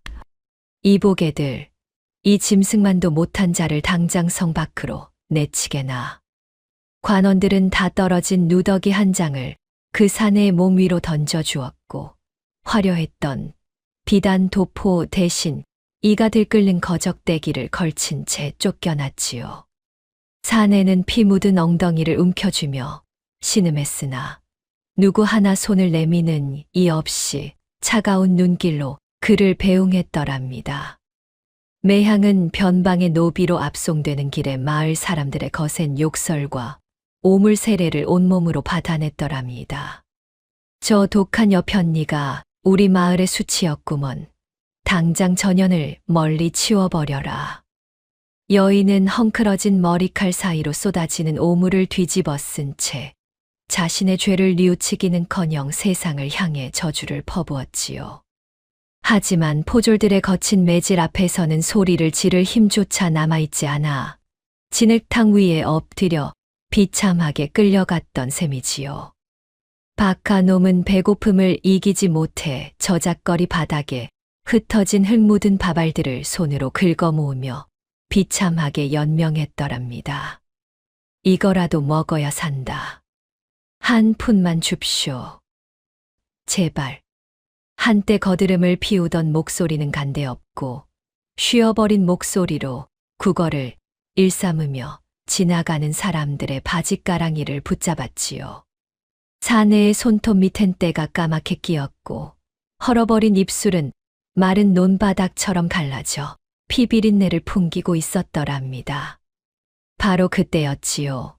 그들이 기세등등하게 나타났던 바로 그 저작거리 장소에서 대행수의 거대한 청색 비단 가마 행렬이 다시 나타났더랍니다. 길을 비켜라. 정경부인 마님의 행차시다. 호위무사들의 장엄한 외침이 장터에 울려 퍼지자 흙바닥에서 밥알을 줍던 사내는 쏘스라치게 놀라며 고개를 들었지요. 수십 명의 무사가 앞을 가로막고 눈부신 청색 비단 가마가 박하 놈의 코앞에서 멈춰 섰던 셈이지요.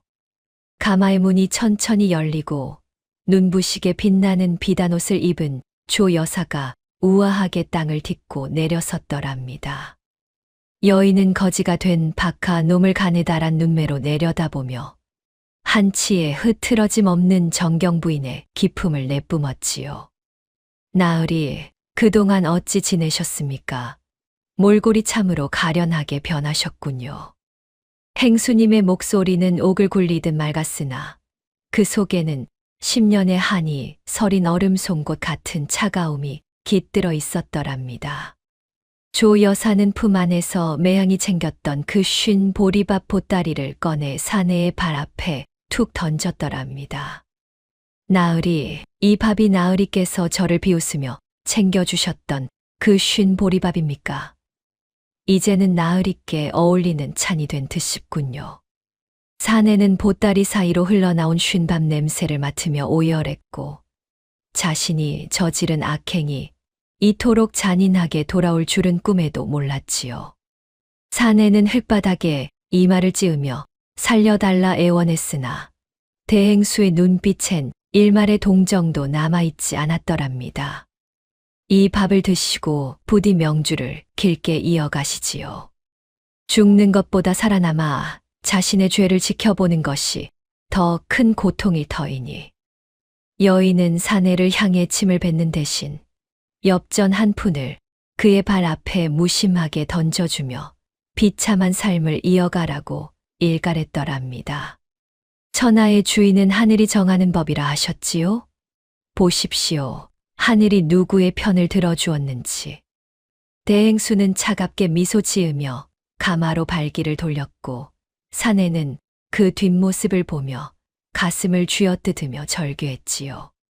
매향은 노비로 압송되는 길에 멀리서 채선의 가마를 발견하고는 미친 듯이 비명을 질렀더랍니다. 조채선, 내년이 어떻게 나를 이리 만드느냐. 나를 살려라. 나으리, 저를 구해주세요.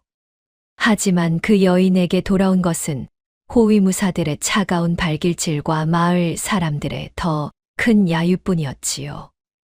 여인은 결국 다시 진흙탕 속으로 처박혀 울부짖었고 그녀가 탐했던 모든 부귀영화는 물거품처럼 사라졌던 셈이지요.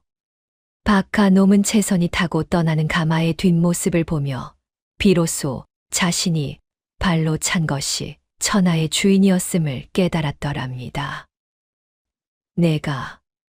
내가 무슨 짓을 한 것인가? 내 손으로 복을 걷어찼구나. 사내는 저작거리 한복판에서 대성통곡하며 소리를 질렀으나 지나가는 개들조차 그를 피하며 지저댈 뿐이었지요. 한때 거느렸던 권세는 이제 그림자조차 남지 않았고 사내의 가슴엔 뒤늦은 후회만이 칼날처럼 박혔더랍니다.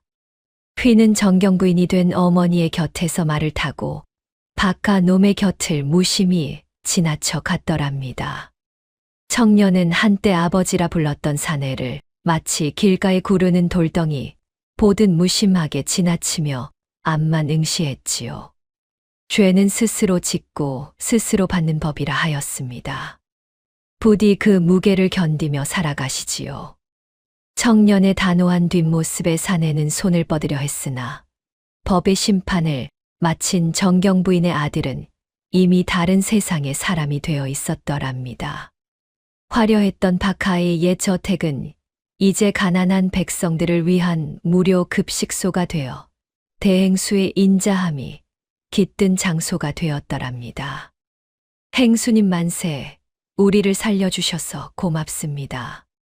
백성들이 모여 앉아 따뜻한 밥을 나누어 먹으며 웃음꽃을 피울 때 집안 곳곳엔 예전의 탐욕 대신 사람 사는 냄새가 가득했지요. 악인들이 쌓아온 탐욕의 탑이 무너진 자리엔 백성들의 축복이 채워졌고 상단의 노란 깃발은 더욱 높이 펄럭였더랍니다. 백성들의 웃음소리가 담장을 넘어 번져나갈 때 상단의 황금 호랑이 깃발은 하늘 높이 치솟아 위용을 뽐냈더랍니다. 호랑이가 이제야 제 세상을 만났구먼. 정의가 살아있음을 우리가 보았네. 사람들은 행수님의 공덕을 칭송하며 상단의 앞날을 축복했고 그 기세는 온 고을을 감싸며 희망의 빛으로 번져나갔지요. 악의 무리는 사라지고 진정한 주인이 돌아왔음을 알리는 깃발은 바람을 타고 더욱 힘차게 휘날렸던 셈이지요. 박하놈은 길가에 흐드러지게 핀 모란 꽃을 보며 과거의 부귀영화를 떠올렸으나 돌아오는 것은 싸늘한 침묵뿐이었더랍니다. 그때는 나도 저 꽃처럼 화려했거늘. 이제는 저 꽃보다 못한 신세가 되었구나. 사내가 꽃잎을 만지려 하자 지나가던 개들이 으르렁대며 지저대었고 그는 겁에 질려 뒷걸음질 치다 흙탕물에 주저앉았지요. 꽃향기조차 그에게는 사치였으며 오직 그를 반기는 것은 차가운 돌바닥과 매서운 바람뿐이었더답니다. 대행수는 가마 안에서 조용히 눈을 감고 10년의 긴 복수 여정이 마침내 끝났음을 온몸으로 느꼈더랍니다. 이제야 모든 응어리가 풀리는 것 같구나. 여인은 가쁜 숨을 내뱉으며 평온한 호흡을 되찾았고 가마의 흔들림을 따라 전해지는 편안함에 몸을 맡겼지요. 복수의 끝에서 만난 것은 파괴가 아니라 새로운 시작임을 깨달으며 여인의 입가엔 세상을 품는 자비로운 미소가 번졌더랍니다. 평화로운 풍악 소리가 장터의 끝자락에서 들려오고 정경 부인의 행렬은 지는 노을을 향해 당당하게 나아갔더랍니다. 행수님, 이제 모든 것이 제자리를 찾았습니다. 상단의 앞길이 저 노을처럼 황금빛이 옵니다. 휘의 든든한 목소리에 여인은 고개를 끄덕이며 다가올 내일을 향해 깊은 평화의 숨을 내쉬었지요. 복수의 칼날을 거둔 자리엔 덕과 복이 싹 텄고 모자가 걷는 길 위로 백성들의 만세의 소리가 끊이지 않았더랍니다. 최선대행수의 10년 세월이 담긴 이 기막힌 사연 어떠셨습니까? 칠흑 같은 어둠이 영원할 것 같아도 결국 동은 트기 마련이고 하늘의 그물은 성글어도 악인은 결코 그 그물을 빠져나가지 못하는 법이지요. 억울한 누명을 쓰고 쫓겨났던 여인이 스스로의 힘으로 일어서 복수와 자비를 동시에 실천한 이 이야기는 우리에게 참된 승리가 무엇인지 다시금 생각하게 합니다. 살다 보면 때로는 억울한 일을 당해 가슴을 칠 때도 있고 세상이 나만 미워하는 것 같아 밤잠을 설칠 때도 있으실 겁니다. 하지만 묵묵히 덕을 쌓으며 제 자리를 지키다 보면 최선대행수가 그랬던 것처럼 반드시 하늘이 응답하는 날이 오기 마련입니다. 오늘 이 이야기가 시청자 여러분의 가슴 속에 맺힌 작은 응어리 하나를 시원하게 풀어드리는 청량고찰 같은 위로가 되었기를 진심으로 바라봅니다. 고달픈 어제는 바람에 날려보내시고 이제는 여러분의 인생에도 황금빛 노을 같은 평온함이 가득하시길 빌어 마지 않습니다. 오늘의 이야기가 당신의 마음에 작은 울림을 드렸다면 앞으로도 따뜻하고 행복한 이야기들로 찾아뵐 수 있도록 구독과 좋아요를 눌러주세요. 그리고 사연의 주인공을 위한 따뜻한 말씀도 댓글로 부탁드립니다. 당신의 오늘이 인생 최고의 하루가 되길 응원하겠습니다. 감사합니다.